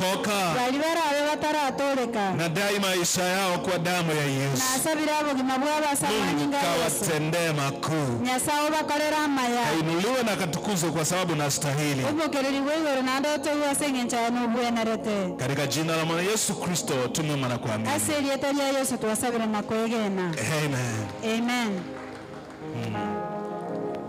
Bwana apate kuwabariki na awainue.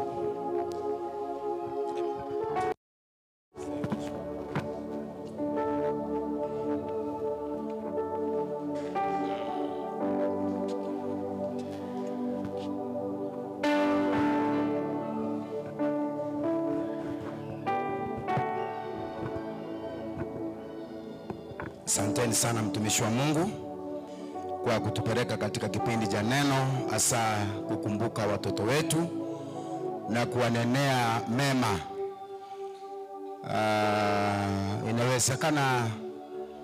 Inawezekana kwa njia moja ama nyingine tumenena mabaya kwa watoto wetu, lakini vizuri tuwanenee baraka, maana tutakapokuwa hatupo wao ndio watachukua kizazi chetu mbele. So Bwana akubariki sana kwa sababu ya neno hilo la nguvu sana. Kwa sababu imekuwa ni likizo tumekuwa nayo ndefu, kwa watoto wetu wamekuwa pamoja nasi, na ningependa tuweze kuwaombea wanaporudi shuleni, Bwana aweze kuwa pamoja na wao. Kwa hivyo ninaomba watoto wetu wote mahali mlipo, msonge mbele ili tuwaweke mikononi mwa Bwana tukiongozwa na Reverend Daktari Julius. Alafu baadaye tutaenda kupata matokeo vile tumefanya katika mambo ya evaluation ya leo. So wanafunzi wote mlio juu, mlio chini hapa, songa mbele hapa. Ama wewe ni mwanafunzi uko katika chuo ama wapi, ama college, secondary, popote pale, kuja mbele tuombe pamoja na jina la Bwana litabarikiwa. Amen. Nataka nipeane kipaza sauti kwa Reverend Daktari Julius ambaye atatuongoza katika hiyo sehemu fupi, alafu baadaye akimaliza mwalimu ambaye amekuwa anakagua nyimbo pamoja na yule walikuwa wanasaidiana pamoja na wao watatupatia matokeo ya siku ya leo na jina la Bwana litabarikiwa. Kwa hivyo songeni mbele, usikae pale nyuma, songeni mbele. Daktari karibu na uweze kuendelea kutoka hapa. Amen. Hallelujah. Bwana asifiwe. Bwana asifiwe. Amen. Watoto, Bwana asifiwe. Ifanyie hivi. Haleluya. Wazazi, Bwana asifiwe. Watoto wetu wamerembeka, wamekuja hapa mbele. Nataka tuwafanyie ibada kidogo wanaporejea shuleni. Bado wengine wanakuja. Nataka tuimbe ainuliwe Bwana wa mabwana, tukisubiri wale wafike hapa, tukisubiri wale wengine wafike hapa, songea wengine ili tuweze kuomba. Ainuliwe Bwana wa mabwana, uinuliwe, umetenda mema. Uinuliwe Bwana wa mabwana, uinuliwe, umetenda mema. Uinuliwe Bwana wa mabwana, uinuliwe, umetenda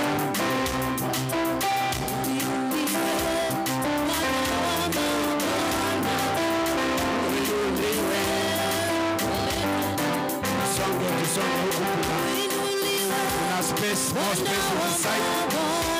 Wale mmeingia late, this side. My right side, my left side, more space.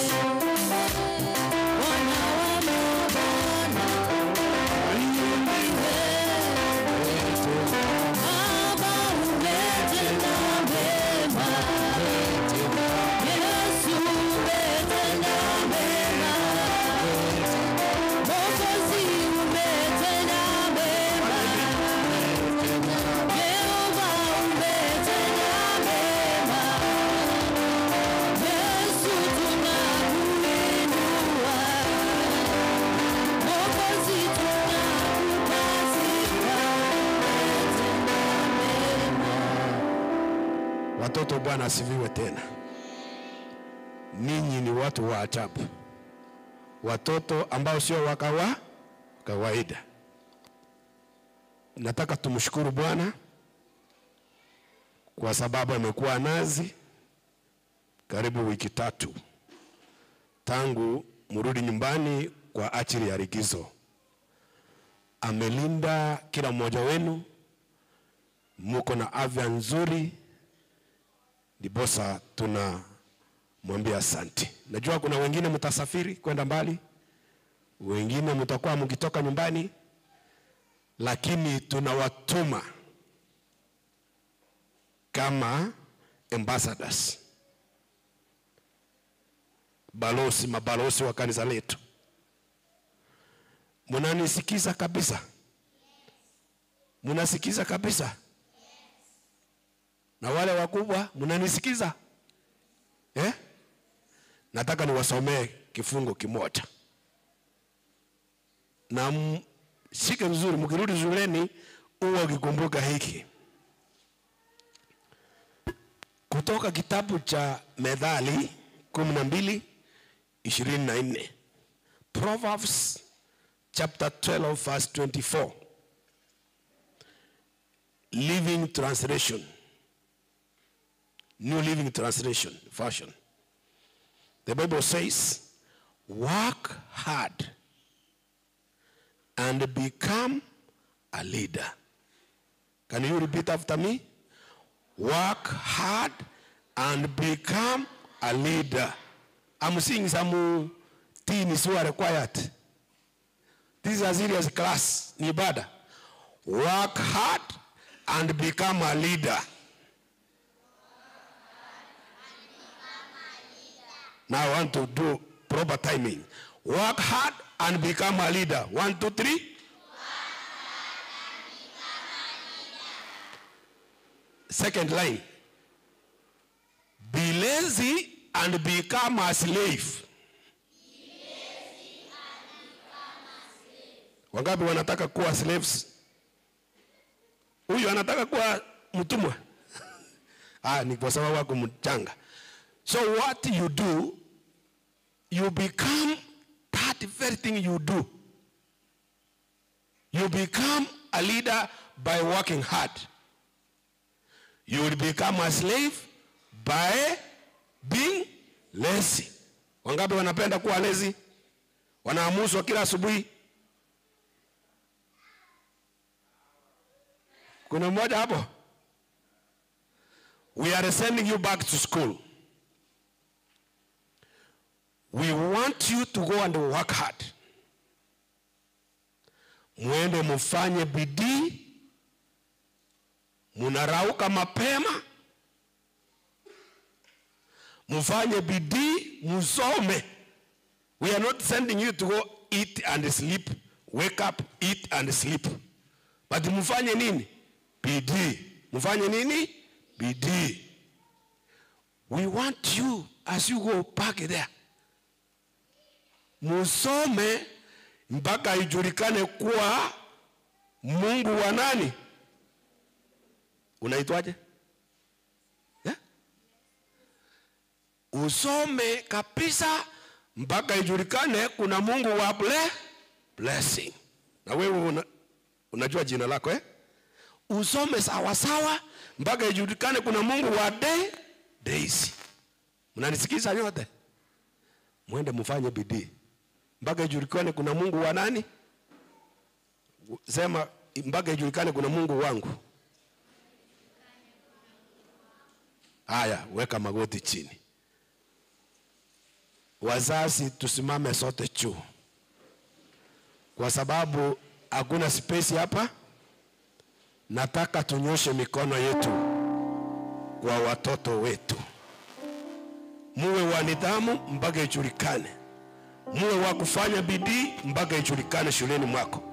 Muwe wa kutii mpaka ijulikane shuleni mwako.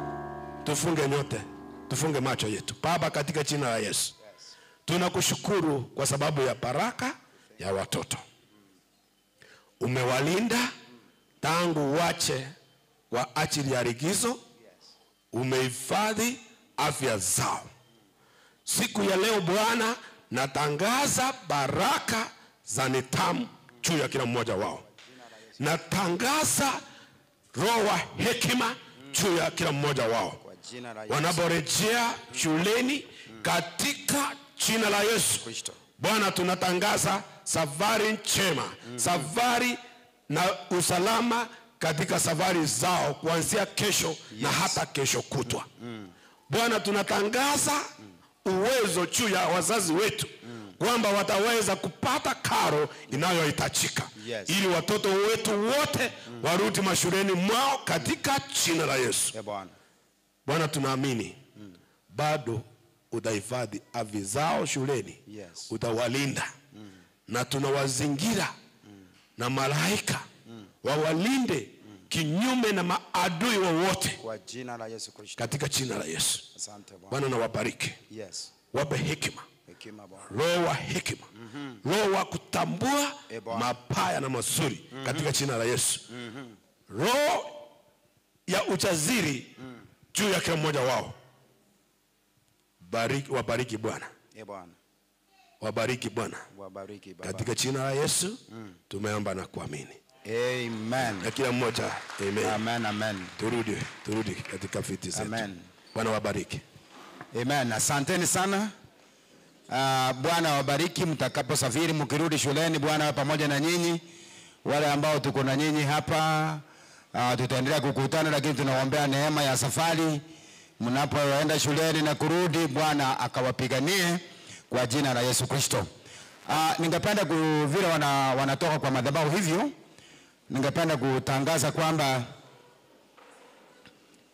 tunataka tupate ripoti ya vile tumefanya katika mambo ya evaluation, na wapongeza wote wale ambao wameweza kufanya bidii apostles kuhakikisha kwamba kwaya yako imekuja na imeimba hapa, hata kama mlikuwa watu wajaje namna gani. Bwana wabariki kwa sababu zote tulifanya bidii tukakuja hapa, tumefanya kazi ya Bwana. Kwa hivyo ninapomlete mtumishi wa Mungu ambaye anayeenda kutupatia matokeo vile tuliweza kufanya, ningependa kutangaza kwamba launch yetu ya kitabu itafanyika wiki ijayo. Itafanyika Sunday wiki ijayo. Kwa hivyo kuweni tayari, na ninaamini kwamba lesson hii itakuwa ya baraka kubwa sana, ambayo inasema Holy Spirit Series 2, na itakuwa ya baraka kabisa na tutabarikiwa kabisa na jina la Bwana litabarikiwa. Kwa hivyo jipange, Jumapili ijayo tutailaunch officially na upate kitabu, upate lesson ya kufundishwa ama kufundisha, na hiyo itakuwa vizuri. So Kwa hiyo mengi na majaji ningependa kuajia hapa. Olerengu tukwani igana akalore John. Aba Joseph Olerengu. Ekaro omwarimu akonya ko tayari bakonya kwibanga ama na oyo torokmana coordinator ito. Bwana wabariki sana. Olerengu mbiyole. Amen, amen. Wadange maiki. Bwana Yesu asifiwe. Amen. Na wakwa nimbia mara sekretari ya Yesu. Amen. Mbianda somo nene nyasa na ngere tekondwanira. Na mangana na batebi umwaka no royo. Benya saya bakonye. Umoti enyonane nyasa ngo tokoja tukole gentoke. Tenya saya basen. Amen. Amangana ali abatebia. Amangana ali buna lilia abatebi tara wonjoka. Umoti enyonane. Olerengu mbiya mwana so kwana ngende kuro sama dabahu njeba naanze kubeka masabo ende bwango iga leta abantu so bisi agara tubeka masabo nabarabwo mangana babiya ndangeri mongo na Eunice abatwira mate aseri etaliyo manene. Amen. Bwana wabariki sana, karibu sana. Tunaanza na nani? Wacha nipatie coordinator, yeye ndiye atajua vile wanapeleka hii maneno. Kwaya zote zimefanya vizuri. Yaani kwa Jones ya terera je tukutana. Akiba atemire nyasa baadere jingobi. Wapige makofi kwaya zote. Amen. So lakini hata kama wameimba vizuri kwangu, lakini kulikuwa na wale wa kuangalilia. So watatuambia hii imechukua namba 1, hii imechukua namba, wao naelewa. Asanteni sana. Biamano. Alafu tutaomba pamoja. Thank you. Thank you Bishop. Bwana asifiwe. Bwana asifiwe kanisa. Na wasalimu nyote kwa jina la Yesu. Hamjambo. Mungu ni mwema umbali huu. Asante kwa sababu ya kutayarisha apostles, asante kwa sababu ya kutayarisha fellowships zenu, ndiposa tukawa na evaluation siku ya leo. Ingewezekana tuseme evaluation ni leo na mstayarishe your fellowships. So I want to thank God for you and I want to pray for you. So mine was to ask questions. Na asa lengo la kuuliza maswali ni kudhibitisha tu venye tulikuwa tunasoma. It's not a do or die. This is something that should bring us all together, kwa sababu at the end of the day glory goes to God. Bwana asifiwe. So tulifanya vizuri na mwalimu alikuwa anaweka marks yote. Mimi nilikuwa nauliza tu maswali, anaangalia, anaweka marks. Thank you and God bless you. So as we come to the end of this quarter, and we are, as Bishop has said, we have a launch ya kitabu kingine next week. This week does not mean that we are not going to our fellowships. So what I'm praying as your coordinator ni kwamba, please wacha tuende kwa fellowships zetu and have this time to evaluate. Apostles, please have the time to evaluate your fellowship. Mjue ni challenges gani mulikuwa nazo, where your weakness was, where your strengths are, what you want to do, and God will surely establish that. Bwana asifiwe. Ni wangapi watakuwa kwa fellowships? Zote tutakuwa kwa fellowships to evaluate, so that when we start next week the new lesson, God will surely guide us. Wacha nimpatie mwalimu ambaye alikuwa anaangalia ndio atupatie matokeo. God bless you. God bless our fellowships. God bless Nyamataru. Wale viongozi mliofanya kazi ya kuongoza nyimbo na competition ya leo, na waomba mje hapa mbele niwape karatasi zenyu tunapotangaza matokeo, na Mungu wa amani awabariki.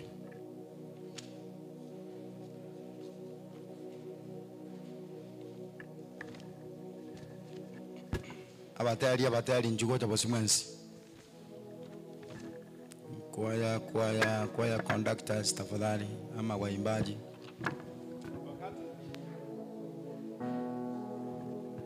Sehemu ya maswali ilikuwa friendly na Mungu alitenda kazi nzuri.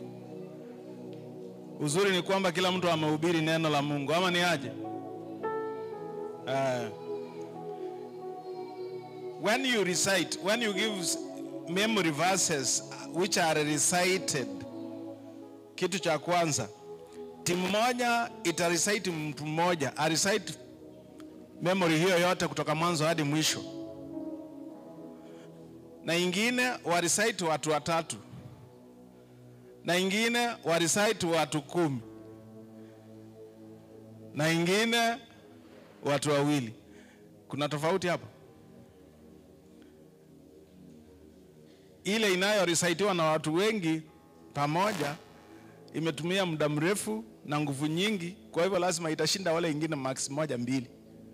Na yule ambaye ana recite peke yake mpaka mwisho, bila shaka wale wa recite wengi nao watakushinda kwa alama 1 2. Kingine,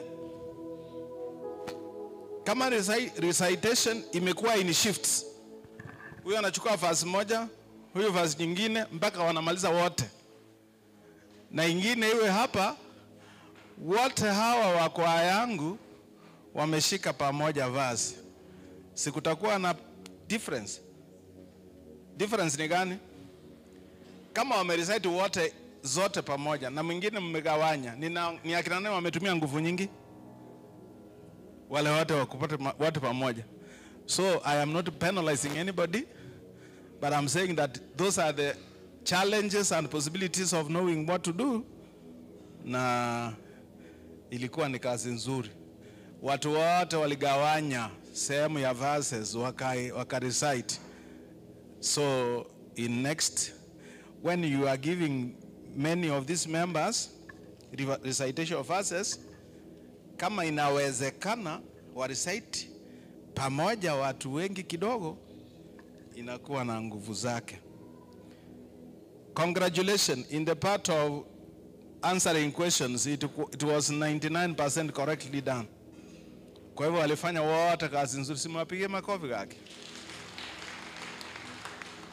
Na wale watu waliofanya mambo ya wimbo, shida moja nimeona ni hii. Almost all the groups here, pole kwa kusimama, tafadhali mnisamee wapendwa. They were singing in 1 or 2 voices. Kama kwaya ni ya kanisa, mimi siwaangalie kama fellowship, ninaangalia kama kanisa. Linatoka Nyacheki, ingine Nyamache, ingine Kisii Central, Nyamataro.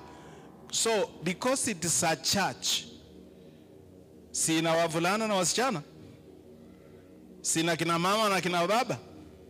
So if you are missing in a group of that kind, please in our next meeting, source for those who are not there. I have even indicated in the answer sheet that ulikuwa na kazi nzuri lakini ukakosa akina baba. So your bases were not hard. Akina baba, simsaidie akina mama wakitengeneza kwa hivi isikike mahali pote. Bwana asifiwe. Ama baba wanasikia tu wananyamaza. Bwana asifiwe. It is required to produce 4 voices. Kwaya yote ni sauti 4. Kitu cha pili, hizo sauti 4 ziwe balanced, isiyo kwamba soprano inasikika sauti ya juu sana kuliko alto na tenor. Kitu ambacho kiliwaangusha pia nyinyi nyote hapa. Hakuna kwaya ambayo ilikuwa na instrument ama accompaniment. Hamkuruhusiwa. Mlikatazwa. Ingawa hawakuniambia kwamba nisiangalie hapo. So kama hamkuruhusiwa basi ni sawa, lakini for any music which is demanding and which is not a set piece, the accompaniment needs to be used. Because niliona wengine wakitembea vizuri kwamba accompaniment ingekuwako wangesongea vizuri. If there is no set piece, it will be better to use them. Otherwise, very good work.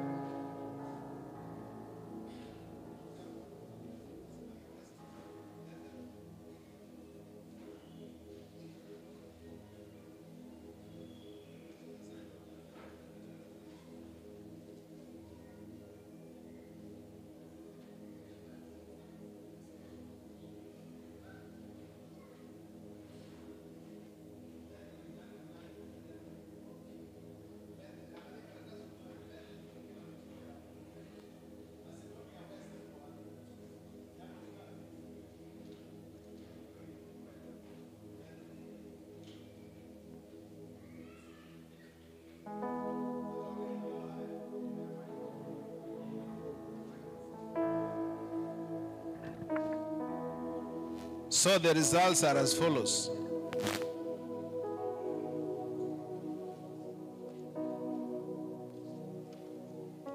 Bethel wapi? Bethel ina nani? Okay, Bethel, Macedonia West. Macedonia West, come.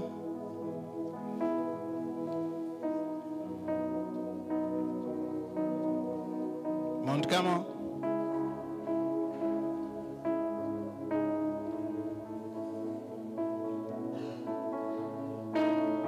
Macedonia East. Zion.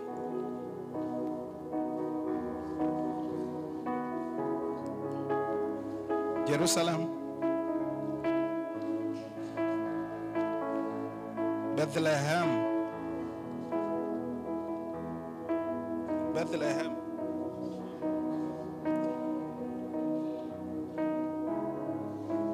Mmesongeana vizuri. Yeah? Jerusalem East nimesoma. East. Alafu Mount Carmel nimesema. Na yule anaitwa Jordan.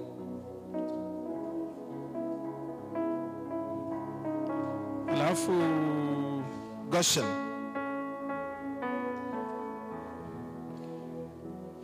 And the remaining one is called Jerusalem West. This is how they performed the results from number 10 all the way to number 1. Number 1 all the way to number 10. Pigia makofi what? What have I done? All additions in terms of memory verse is added, plus question answers are also added. Ukiongeza hizo zote pamoja zinatengeneza alama. Ili nambari ya kwanza ilikuwa na 410, no, ilikuwa na 268. Number 1, Jerusalem West, 268 marks out of the total walipokea position number 1. Position 2, Goshen, 267, position 2. Number 3, Jordan, 266 marks in total. Number 4 walichukua watu wawili ambao ni Jerusalem East pamoja na Bethlehem. Walipata 265 marks each. Bethlehem and Jerusalem East ni nani hao? You are together. Hakuna yule amekuwa mbele ya mwingine. And number 6 also was taken by 2 people. Macedonia East and Zion. They all both had 264 marks. And therefore we went to number 8, Mount Carmel. 261 marks. Position number 8. Kila alama inaongezwa juu ya zile za hapo memory verse na questions na wimbo, alafu inaleta hayo. Number 9, Macedonia West, 252. And number 10, Bethel, 241 marks out of 300. Otherwise, kufikia hapo naomba Mungu awabariki, awainue kwa kila jambo. Pigia makofi tafadhali. 1 2 3 wabaki. 1 2 hiyo ni trophy.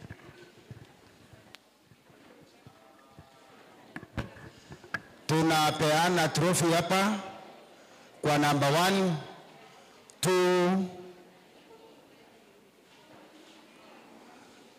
Number 1 ni akina nani walichukua raundi hii? Hebu kuja Jerusalem West. Jerusalem West kuja pande hii. Injua mone timu ya ino yonsi onyera orlo. Mo celebrate iga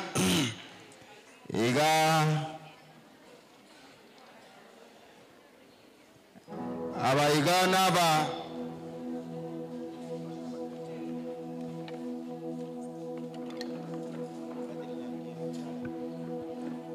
Number 3 ne relio riaba. Number 3 kuja number 3. Jordan. Number 3. Jordan, number 3. Jerusalem West ndo jebarega. Waiwetu ya sana. Amen. Jordan tafadhali. Number 3. Njuga Jordan.